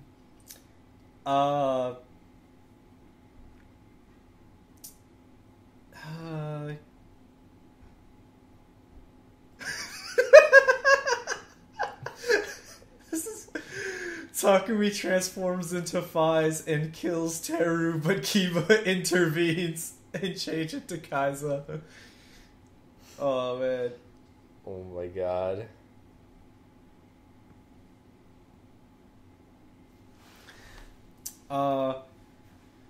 This leads into our final episode. The final Faiz. This is the. I remember, so I don't need the fucking stupid piece of whatever for it. Stupid piece of technology. Gotcha. Yeah. So the episode is they have to go rescue Teru, or they have to find him. Kaido just stumbles upon him, And it's this episode where I'm like, oh man, Kaido's got that nose of the dog. That Scott finally tells me that Kaido is supposed to be a snake. Yeah, Kaido is supposed to be a snake, not a dog. Oh man, it makes no sense. It makes no sense. Oh, you know. And then Mihara then the gang all starts going to meet up with Kaido, and Kiba tries to stop them, and Takumi goes, "You guys go ahead of me. I got this." And so they all go ahead of him, and then we get the Takumi Kiba fight. The Takumi Kiba fight to end all Takumi Kiba fights. The final Takumi Kiba fight. Yes. It starts off, they both henshin, and then they fight each other. Then they both have the belts knocked off of them, or they both get the belts knocked off. Then they both go into Orphanok form, and then Takumi gets knocked away, and Kiba turns into a stronger second Orphanok form, and Takumi picks up the Faiz belt, turns into Blaster. So I was a little disappointed because what I wanted the fight. Have you ever seen S Cryed? Yeah, I have. All right, so you remember that last fight that those two guys goes into space and back. No. Their fight where they go all out and they use all their powers, and then they go all the way back down to like no powers, and they're just beating the shit out of each other with like no powers whatsoever, and they're just dudes using like their bare hands. Yeah, that's what I wanted from this. Like I wanted them to like be in their henshin forms, and then be in their Orphanok forms, and then be in their human forms, beating the shit out of each other. No, that's not what happens. No, that's not what happens, but I wanted it. It's So what I wanted, okay? I can want. then Takumi says, some fucking like, oh, this is it. Everything's done. Discussion with Kiba, and he says, even if you're not gonna protect the humans, I am. And then he walks away to go meet up with everybody else. I'll protect I'll Mamoru everyone's dreams. Yeah, and then Kiba is like screaming. Takumi meets up with the gang as they're dealing with the Orphanok King. Yeah, they're definitely out of their depth. Yes. Transforms. Then they're all fighting. Then they get beat up. They get their shit wrecked. Then Kiba shows up, turns into Kaiza, and goes to fight the Orphanok King. Then he gets pushed back too, and then they have the scene where they all transform together Again. The real trio transforms together. You know what's really sad? Like, I'd almost rather like have Kusaka back as Kaiza and then have Kiba as Delta. Too bad that's not what happened. No, that's not what happens. But it's like I was so used to just Kusaka as Kaiza that I'm just like, the trio has to be Faiz, Takumi, Kaiza, Kusaka, Delta, Kiba, and it's like, no, that's not what happens. We have this paper cutout. Yeah, and then as Delta. Yeah, Takumi goes into blaster mode, and then they fight the Orphanok King, and then the Orphanok King Awakening. Yeah, Kiba grabs a hold of the Orphanok King. He pulls a Piccolo. Yeah, he pulls a Piccolo. It's a reverse. It's a Piccolo situation in which Kiba grabs the Orphanok King and Takumi Rider kicks through them. Yup. Yeah. You're about to say it's a reverse Piccolo. I'm like, it's definitely not reverse Piccolo. This is exactly what's happening. Yes. Like, Takumi is Piccolo. And he has to, murder Raditz and Goku. Yeah, and then we get the end sequence. Kaido is now wandering around helping children across the land. Yeah. Except not. He basically just walks by an orphanage and he's getting like real reminiscent about the kids there and his friends. Yeah, he's singing a song about a bird, a horse, and a snake. All right, and then Mihara and Rina are working at the orphanage, as they did before. Takumi, Keitaro, and Mari are all having a picnic. Yeah, having a picnic, and then Takumi is like, "I'm gonna steal Keitaro's dream," and Keitaro's like, "That's fine by me."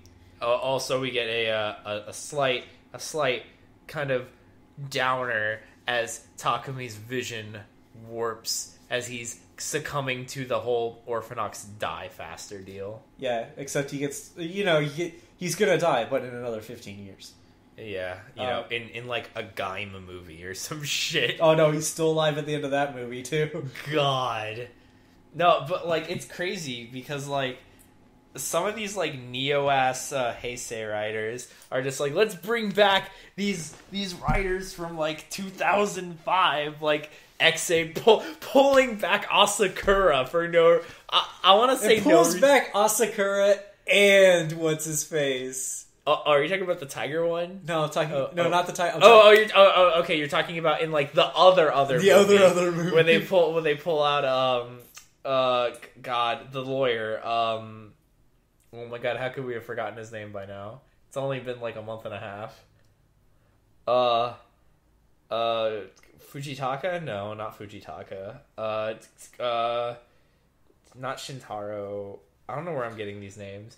Whatever. But the actor for the lawyer is there. Yeah, yeah, he's the lawyer. He's Zolda again. Yeah, and it's and I'm just like, they're bringing back these old ass, like they're getting speaking lines too. Like the one that surprised me the most was Asakura, because it's just like, you're 15 years older. Like I get it, but like.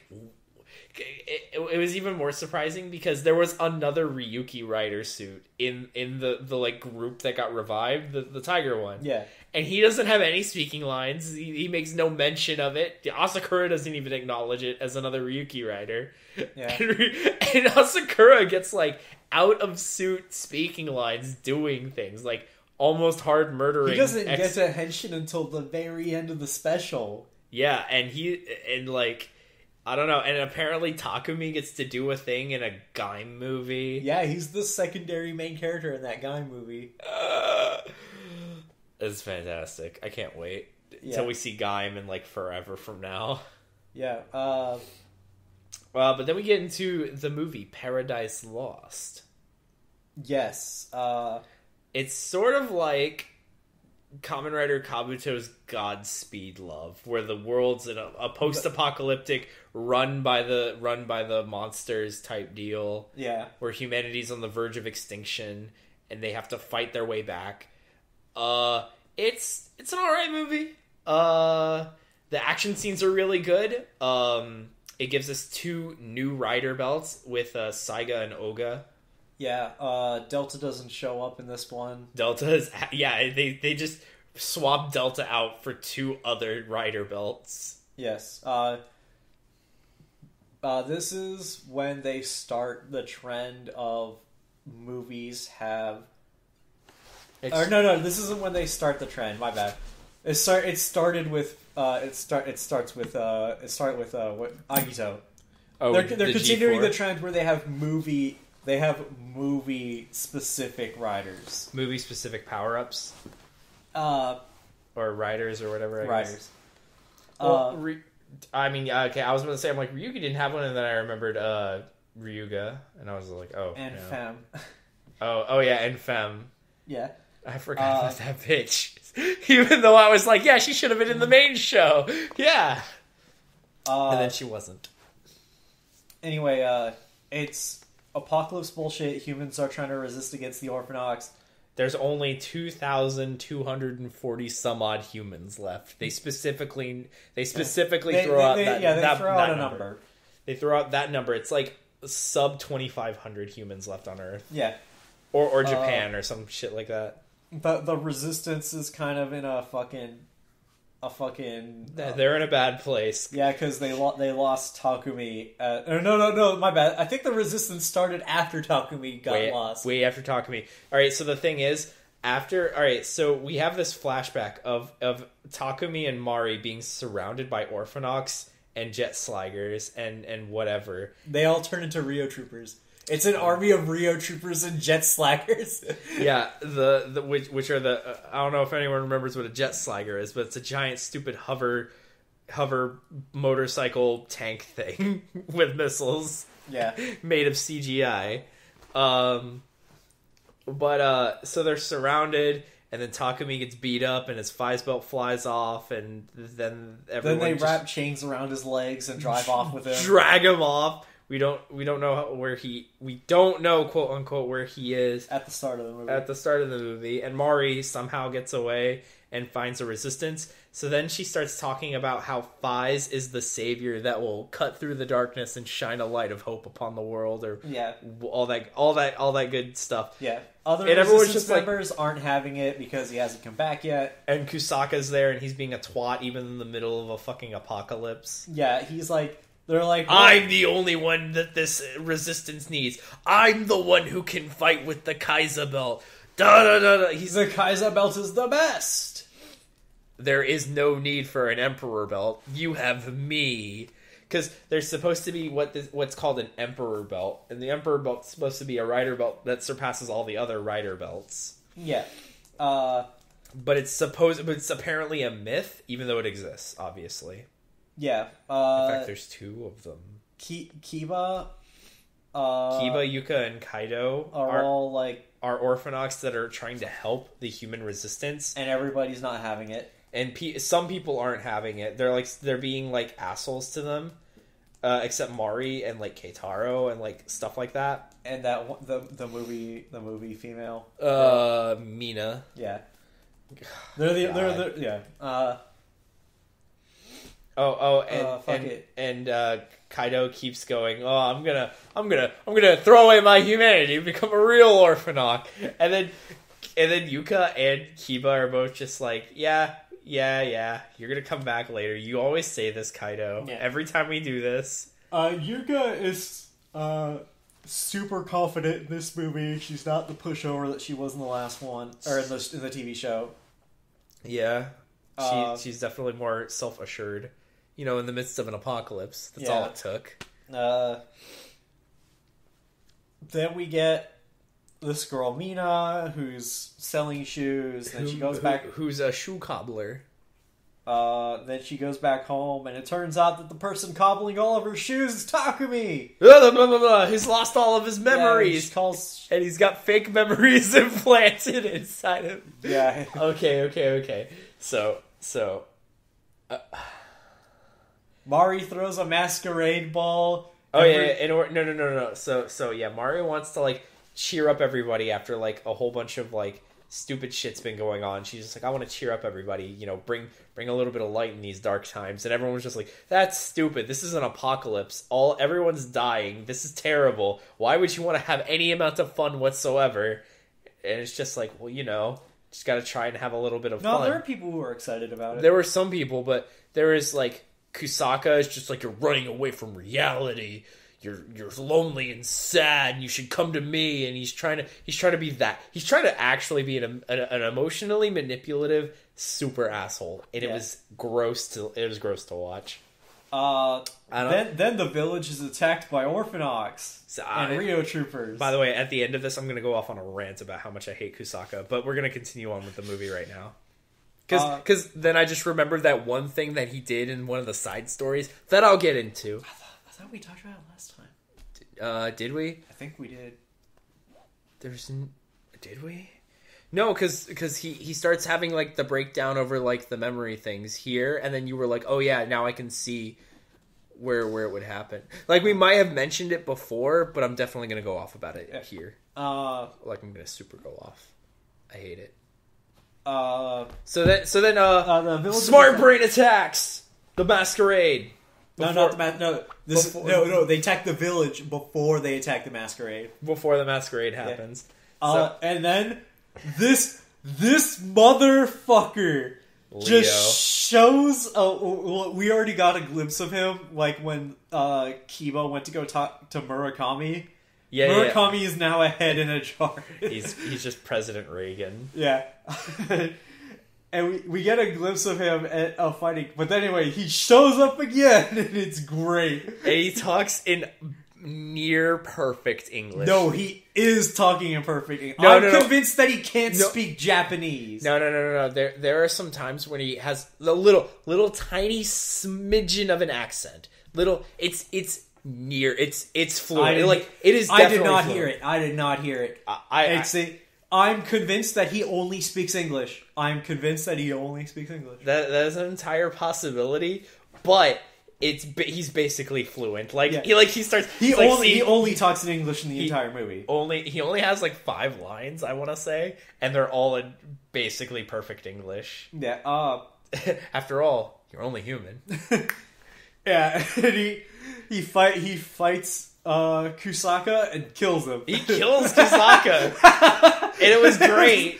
Kusaka gets like 3 scenes and then he's dead. Yeah, after he's just like, I'm going to become the true rider, da da da da da. I will be better than Faiz, and the Emperor Belt's a bitch compared to me, da da da da da. And then he just gets murdered almost right away. It's great. I love it. And then what is it? And they have to fight off like all of the Rio troopers and they do a pretty good job taking down the Rio troopers. Yeah, because for whatever reason, Rio troopers kind of suck compared to Orphanox, because the Orphanox would have made like super short work of humans. Yeah, because we get at the start of the movie, they're shooting Orphanox and it's not doing anything, and then at this point, they're shooting the Rio troopers and the Rio troopers are exploding. Yeah, so like. It's like it goes like Rider, Orphanox, Rio Trooper, but for some reason they think Rio Troopers are just better than Orphanox. But the true actual reason why the Rio Troopers are used, as like the mooks, is because they were easier to make costumes, mass-produce costumes for. Yeah. I'm onto your shit. The masquerade ball happens in the middle of the night where everything's on fire and dead. Yeah. Takumi shows up. Yeah. Mina convinces him to go ahead of her while she gets a little bit more ready or something like that. She's still finishing the dress or something like that. Yeah, and so Takumi shows up and he's got like his mask on, and then Mari's there and she has her mask on, and they have a dance, and Mina sees it and gets super jealous. Yeah, and then the Rio troopers show up to that and attack. And during that attack, Takumi gets his memories back of fighting as Faiz. Yeah, so he becomes Takumi. So what's really great about him without his memories is that, first of all, he's super nice and polite. He's not a sarcastic asshole who doesn't give a shit. Yeah. And he drinks hot water without blowing on it. Yeah. As soon as he gets his memories back, he starts bickering with Mari. Yeah, he's like, what's going on? What are you doing here? What? And then they stop by a pile of rocks, and he goes, "Why are we digging around in a pile of rocks?" And then she hands him the Faiz belt, and he beats the Rio troopers and does the thing where he turns Axel, and Ryder kicks 6 guys at the same time. It's so good. Like these action, like the plot of the movie is, your basic whatever nonsensical plot. It's just an excuse for the action scenes, and the action scenes are really good. I really like the action scenes. They're like, I like it. I honestly like it infinitely better when the movie is in line with the actual plot of the show. Honestly. So you don't like these alternate reality movies and whatever? I don't honestly. Maybe I'll like Blades. I haven't seen that one yet. Maybe. Who knows? I mean, if it's in line with the show, like, I can accept a lot of things, but I'm really picky about what I accept. Like, I'll accept, alternate reality, apocalypse nonsense, blah, blah, blah, but then it's just like, this guy got out of an elevator right before this guy. And I'm just like, that doesn't work like that. And I'll just get super hung up. I like how your order of priority is like, The apocalypse? What alternate parallel reality apocalypse is? Whatever. Gets out of an elevator. Starts freaking out over. I'm not even mad about it anymore. It's just better now. I accept it. I know what I'm picky about. I'm picky about things. Oh man. Anyway, so So he whoops all the Rio troopers' asses, and it's great. yeah, and then he goes to the resistance base, and everybody's in a tiff about him being there and finally showing up, and how he's being not Faiz. He's He's not a super cool. He's not a Jesus. Yeah. He's not a savior, is what they're calling him. because he's just straight up being an asshole. Because he's Takumi. Yeah. Then He's basically beginning of Faiz Takumi. I'd like to point that out. Then he says, like, oh, I'm leaving. And then they go, where are you going? He goes, oh, I just have to make sure of something before I come back fully as Takumi. Yeah. Then he leaves, meets up with the girl again. And he has, and she like starts talking like, "Oh yeah, we found you, and you didn't have any memories or something like that. And my dad knew he was going to die soon, so he implanted fake memories into you to become my friend since childhood." Yeah, she says like, "Oh, we knew a doctor and we hired him. We knew a doctor to implant memory." I was like, they could have just gone with, "Oh, we lied to you. You lost your memories, and we told you were an old friend of ours." Yeah, like that would have worked equally as well and made way more sense. Yeah, that would have made more sense and worked equally as well. The fake memories never come up again. The girl never comes up again after what's about to happen.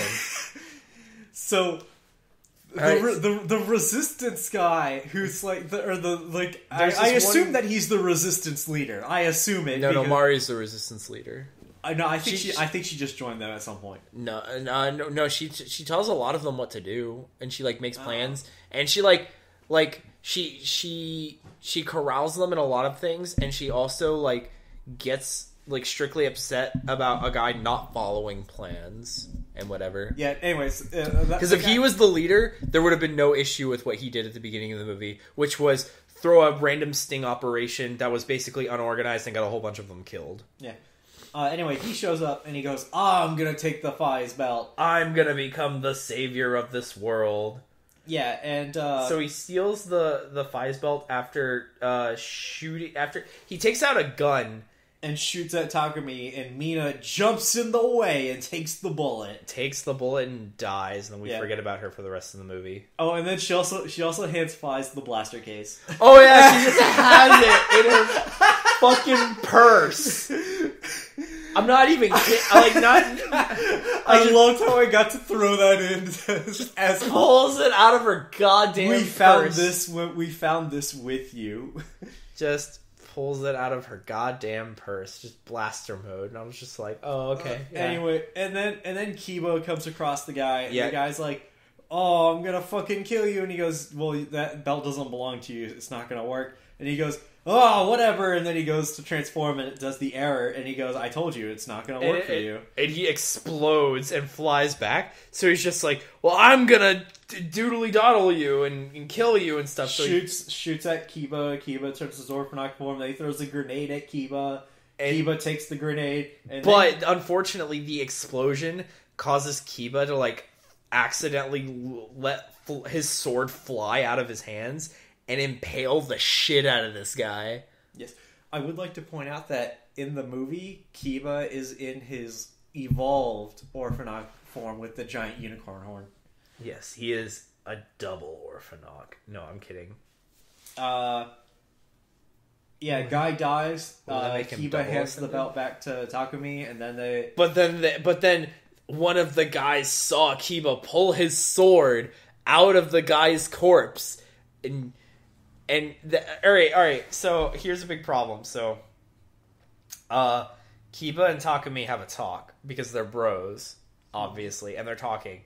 But then we get like a scene of a whole bunch of resistance members pushing Kaido and Yuka out of their village camp place, and everyone's just like, yo, what's going on? And he's just like, I knew we... And one of the guy that saw Kiba accidentally kill the guy, even though he didn't realize that it was an accident, was just like, I knew we couldn't trust you, Orphanox. No, he didn't care. No. I'll get into it. He throws that line out that he just didn't care. Wait, I'm about to get to that. And he goes and says, all right, I can't trust you, Orphanox. You're all gonna get out of here. And then Takumi goes, whoa, that guy attacked me. He didn't even say he killed a girl. He didn't bring Mina's dead, rotting corpse up. Doesn't even care. I can't even fathom the fact that... It wouldn't have changed the argument at all. I know, but the fact that he didn't even bring it up as a part of the argument literally upsets me, because it literally just says, oh yeah, we made this character to die. And I was just like, wow. Like, we made this character to show up and die within 20 minutes. Yeah. Of her screen. So then the guy literally hears that, oh yeah, this guy tried to attack me and he shot at me with a gun. And then the resistance guy's just like, yeah, I don't care about that. I just don't like you, Orphanox. I don't even like you, Faiz asshole. So we're kicking all of you out. And Mari and Keitaro run up and are just like, hey, whoa, you guys need to chill the F out. You need to stop, blah, blah, blah. And he's just like, you know what? I'll let you guys back in if you bring me the Emperor belt. And it's just like, wow, that's super dumb. Then we get a far more organized 3-person sting operation that still fails because Smart Brain is too smart. Super hard. Wow. Yeah. Smart Brain is smarter than Not at All with their security, and they immediately spot this problem and they intercept it. Yeah, they immediately basically throw our Orphanox trio. Alright, so not only... Alright, so as Kiba, Kaido, and Yuka walk away, Mari is talking to Takumi, and she's just like... She just mentions to him almost offhandedly that she's just like, I might be a liar. Like, I know I said that humans and Orphanox can work together, but I'm starting to have my doubts. Just like, and then Kiba hears it with his Super Orphanox hearing that only happens once in the show. In the beginning. Oh no, it happens multiple times. With Kiba? With other characters, other... But only with Kiba it happens once. And only with Yuka it happens once. Anyway. Kaido does it too. Kaido has the nose. That's what happened. No, he can hear the heartbeats. He can hear the heartbeat of the guy that he was interviewing with. You're right, because he heard that he had an arrhythmia or whatever the fuck. But either way... I'm super shocked that Kaido... I'm still super shocked that Kaido knows what an arrhythmia sounds like. Think about it. He knows what a heartbeat should sound like, so you should know that what an arrhythmia is. Wait, I'm surprised he knew what an arrhythmia was, not what it sounded like.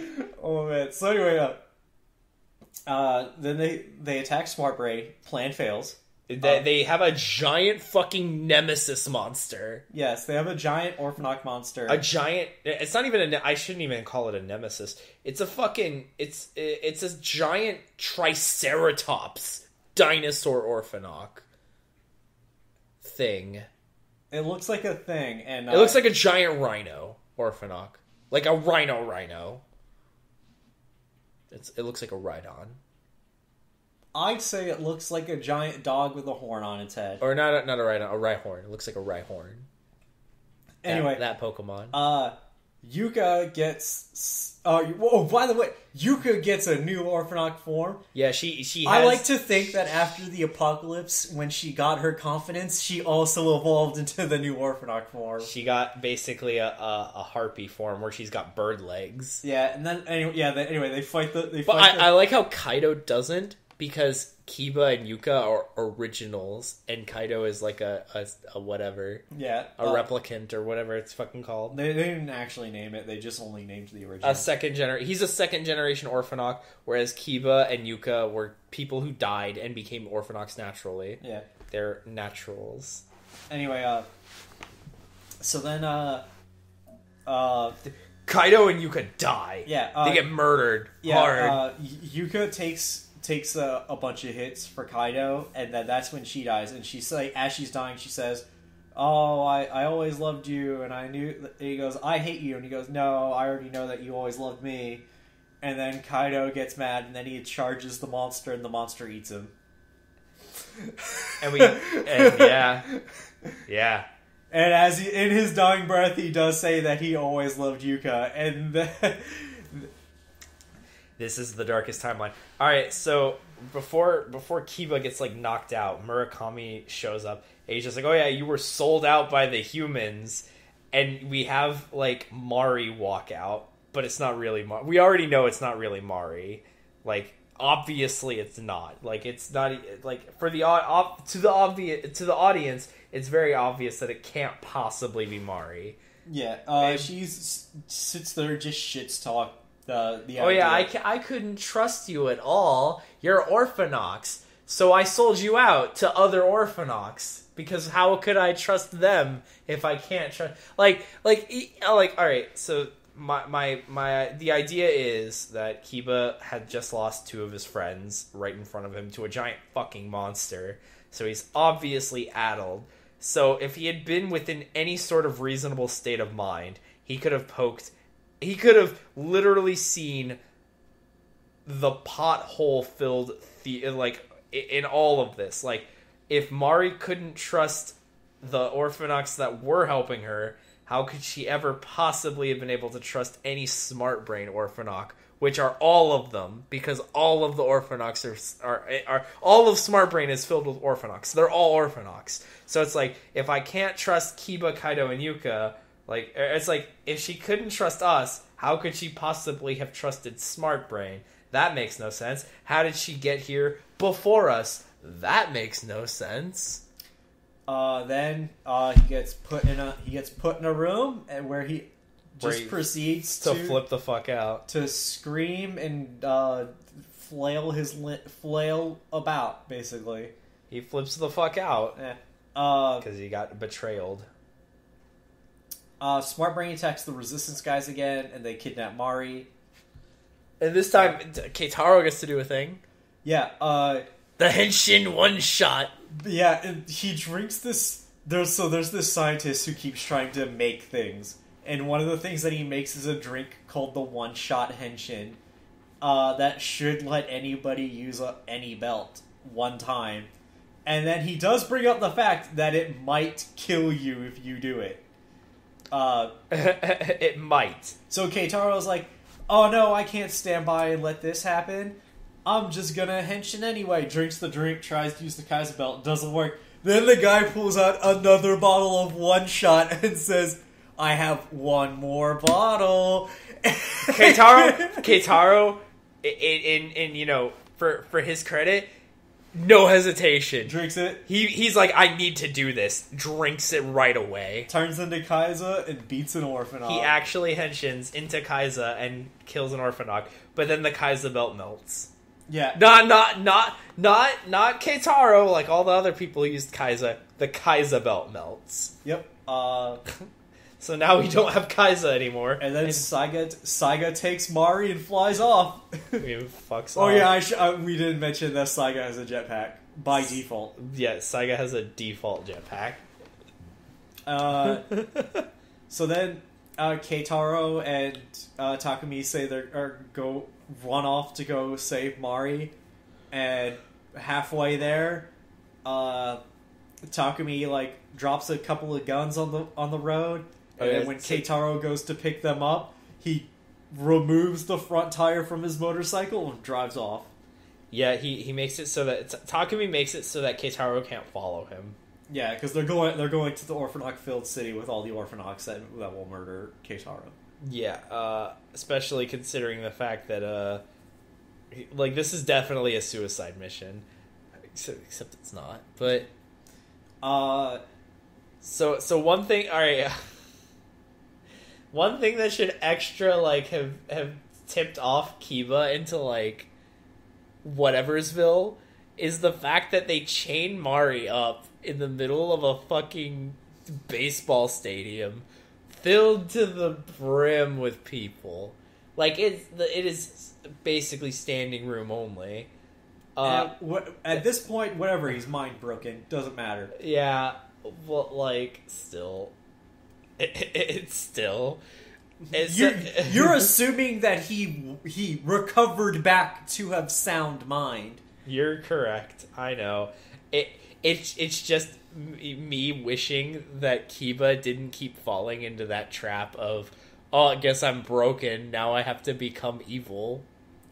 So, yeah, Mari's chained up in a coliseum surrounded by... They're literally just gonna let the giant rhinoceros monster devour her. Yeah, and then...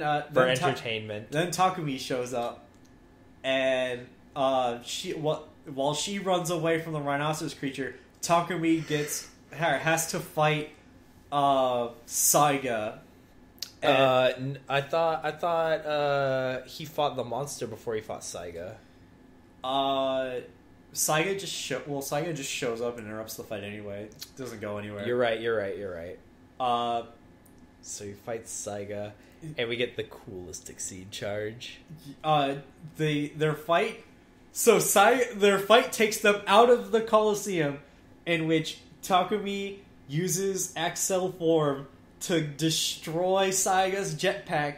Then they get back into the Coliseum, where at first they're in the lobby fighting each other, and then their fight pushes them back into the arena, where Saiga uses his Exceed charge with his Tonfas, and then Takumi parries it in mid-parry. With the... Wait. First of all, Mari throws the blaster case at him, and he pulls out the blaster sword without going into blaster mode. No. It's the regular sword. Is it the regular sword? It's the regular sword. Was it? Yeah, you're right. Yeah, but I know he did pick up the blaster and use it. He has the regular sword out, parries the Tonfa Exceed charge, then, as he's continuing his parry, activates his Exceed charge and slashes through Saiga. It's super cool in slow motion. Usually slow motion is overused these days, but this was a really well done use of slow motion. It was fantastic. Yeah, they didn't even go that slow either. They just slowed it down a bit. Yeah, they slowed it down just so you could make out what was happening. It lets you breathe in the moment. That's what's happening. It's the best Exceed charge in the entirety of Faiz. Yeah, I agree. The second place is definitely Ryder kicking 6 dudes at once. For me, that's for me. My second favorite is when he does it the one time to one guy, where he Ryder kicks that guy 5 times. That's third place for me. So then, because the 6 dudes at once is what I wanted, and then it gave me what I wanted. Yeah.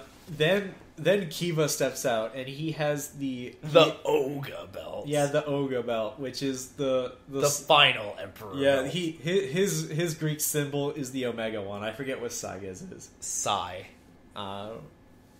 Isn't it the PSI? Psi. Yeah, isn't it the? I'm referring to the actual I can't visually picture the symbol. Oh, it's sort of like a trident kind of looking thing. Anyway, I'm pretty sure that's what Psi is. He shows up, opens up the phone, hits 000, turns into Oga, and then they fight. No, it's 005. Because Oga and Saiga is 315. See, I know because the numbers are representative of what their rider name is. The only one that doesn't technically go with that is Faiz, but it's 555, so it's the same thing. I was actually gonna say that. And yeah, see, Sai looks like a trident looking thing. Because he had it on his chest, but it was at an angle. I only see the word. Oh, okay, yeah. That's what a Sai symbol looks like. So he transforms into Oga, and whatchamacallit, they fight, and eventually it just leads to them well, Kiba's first beating him up. Then they both get their belts knocked off. Right. And they both turn into... No, wait. First, Takumi gets his belt knocked off. Then he turns into his Wolf Orphanok form, which in this alternate reality, nobody knows he's an Orphanok. He also has wolf legs, so he's got like the evolved form legs. Yeah. They fight each other, and then Takumi knocks the belt off of Kiba. Then Kiba turns into his Orphanok form. They fight each other in a good CG battle. Then they get the belts back, and then Kiba becomes Oga again, and Takumi becomes Blaster Mode. And then they fight that way. And the whole time, Mari's trying to run away from Orphanox, and she gets picked up and put in a cage, and then they put the cage inside the cage where the giant dog is, and before it can eat her, Kiba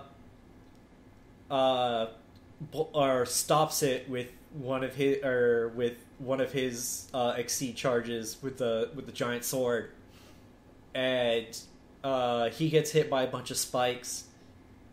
Then Takumi does the blaster final charge and beats the giant dog. Kiba dies again, and fucking whatchamacallit. Then the spokesgirl puts Murakami's head in a crusher and then crushes it because he failed. And then Takumi and Mari walk out of the arena after into the sunset, into the apocalypse-ridden Orphanok world, in the sunset with hope, holding hands. It's a lovely love story. So you want to know what I just found out? What? You know those little cards that they slip out of they slip out of the belts and then put into the weapons and stuff? Yeah. Those things are called mission memories. That is never addressed in anything in the show at all, ever. Why would those have an official name? I get finishing moves have names that are just wherever, and it's who cares? Okay, all right. So speaking of things in the in side materials, all right, I fucking hate Kusaka. I hate him so much. He's the biggest asshole in the show, and I very much dislike him. And it's just because I hate arrogant characters like him. I super hate it. It's the worst. And not only that, but in the show, as he's going through, he doesn't want anyone to remember dying from the class reunion. Or he doesn't want Mari to remember that she died, because her dying was super traumatic for him. In his, super hysteria thing, he's breaking down. He's the stupid thing that they all signed for their sensei. He's carving out his name because it's a contradiction to what he was telling everybody. And he's breaking down as Mari's memories are coming back, and he doesn't want anything to happen or whatever, blah blah blah. He's just going nuts. And it's at this point Alan was just yeah, I can see that this is kind of in the story of where he would is where he would rape Mari, because in one of the side stories, in one of the novels or some shit like that, Kusaka ends up raping Mari, and it was just wow, they would go there. And you know what? The worst part about it is that's definitely something that Kusaka would do. He's emotionally manipulative, and he's an arrogant asshole, and I don't like him. I don't like him a lot. Yeah, it's the worst. I mean, if I would have, as a kid's show, it definitely couldn't have done that. Not in the show, obviously. This is definitely a novel thing that I happened upon by accident. Yes, Although, if this were an adult show and that scene happened, I definitely wouldn't have been surprised. Yeah, Kusaka is... Like, another thing is, like, why is he an arrogant asshole during an apocalypse? Because he has the Kaiser belt, obviously. But, like, even if He's doing the work of 10 resistance members, so he gets to eat 10 times the helping. That's not how that works. That's not how a true hero works. That's not how a true hero thinks. We established a long time ago that Kusaka's not a true hero. I know. Alright. So what's the next Rider series again? Blade? Alright. I haven't seen Blade again, obviously. We're a little ways away from any Rider series that I've seen up to this point. Yeah, little ways away. I enjoyed Blade. It was all right. It's not. I didn't think it was as good as Faiz. Are you watching that scene again? Yeah. He's watching. I'm watching. I pulled up a video. No zeros. All zeros. Let me see. I'm gonna see this. I'm gonna see this. All zeros. All right, hold on, wait. All right, let me see. 1, 2. Oh, it is all zeros. All right, I was wrong. I admit I was wrong. It's okay. First time I've been wrong in a while. But it's still like an amazing scene because he's talking to me. He told me, he's just like, I saw the scene where Kiba comes out and turns into Oga, but I had no context for it because I hadn't seen the movie yet. Before I had watched Faiz, I had seen lots of Henshin compilation videos, and one that I watched has the scene where Kiba becomes Oga, and I'm thinking to myself, what kind of show is Faiz in which a dude is henshining in the middle of a stadium full of people? In the middle of the Super Bowl. Like in the Super Bowl halftime show. He's just henshining. Oh, man. But I super enjoyed Faiz. I don't know if I've mentioned this in the last video, but Faiz has become my favorite. It's basically my favorite Rider series right now. Yeah, he's one of my top 5. One of your top five. Yeah, one of my top 5. I really enjoyed it the first time I watched it. I enjoyed it on rewatch. I'm super excited to start Blade because there's still a lot of. I feel like the quality kind of drops on Blade a little bit. We'll see. It'll probably be fine. Yeah. Looking forward to it. 9 out of 10 would watch again. Oh yeah, yes. We have to give numbers. Not 9.5 out of 10. It's not perfect. There are things that bothered me and like I'm nitpicking at. Not even the elevator thing. I'm talking about like overall things that overall like 9.5 out of 10 for me personally. Yeah. All right, guys. We'll see you next time with Kamen Rider Blade commentary.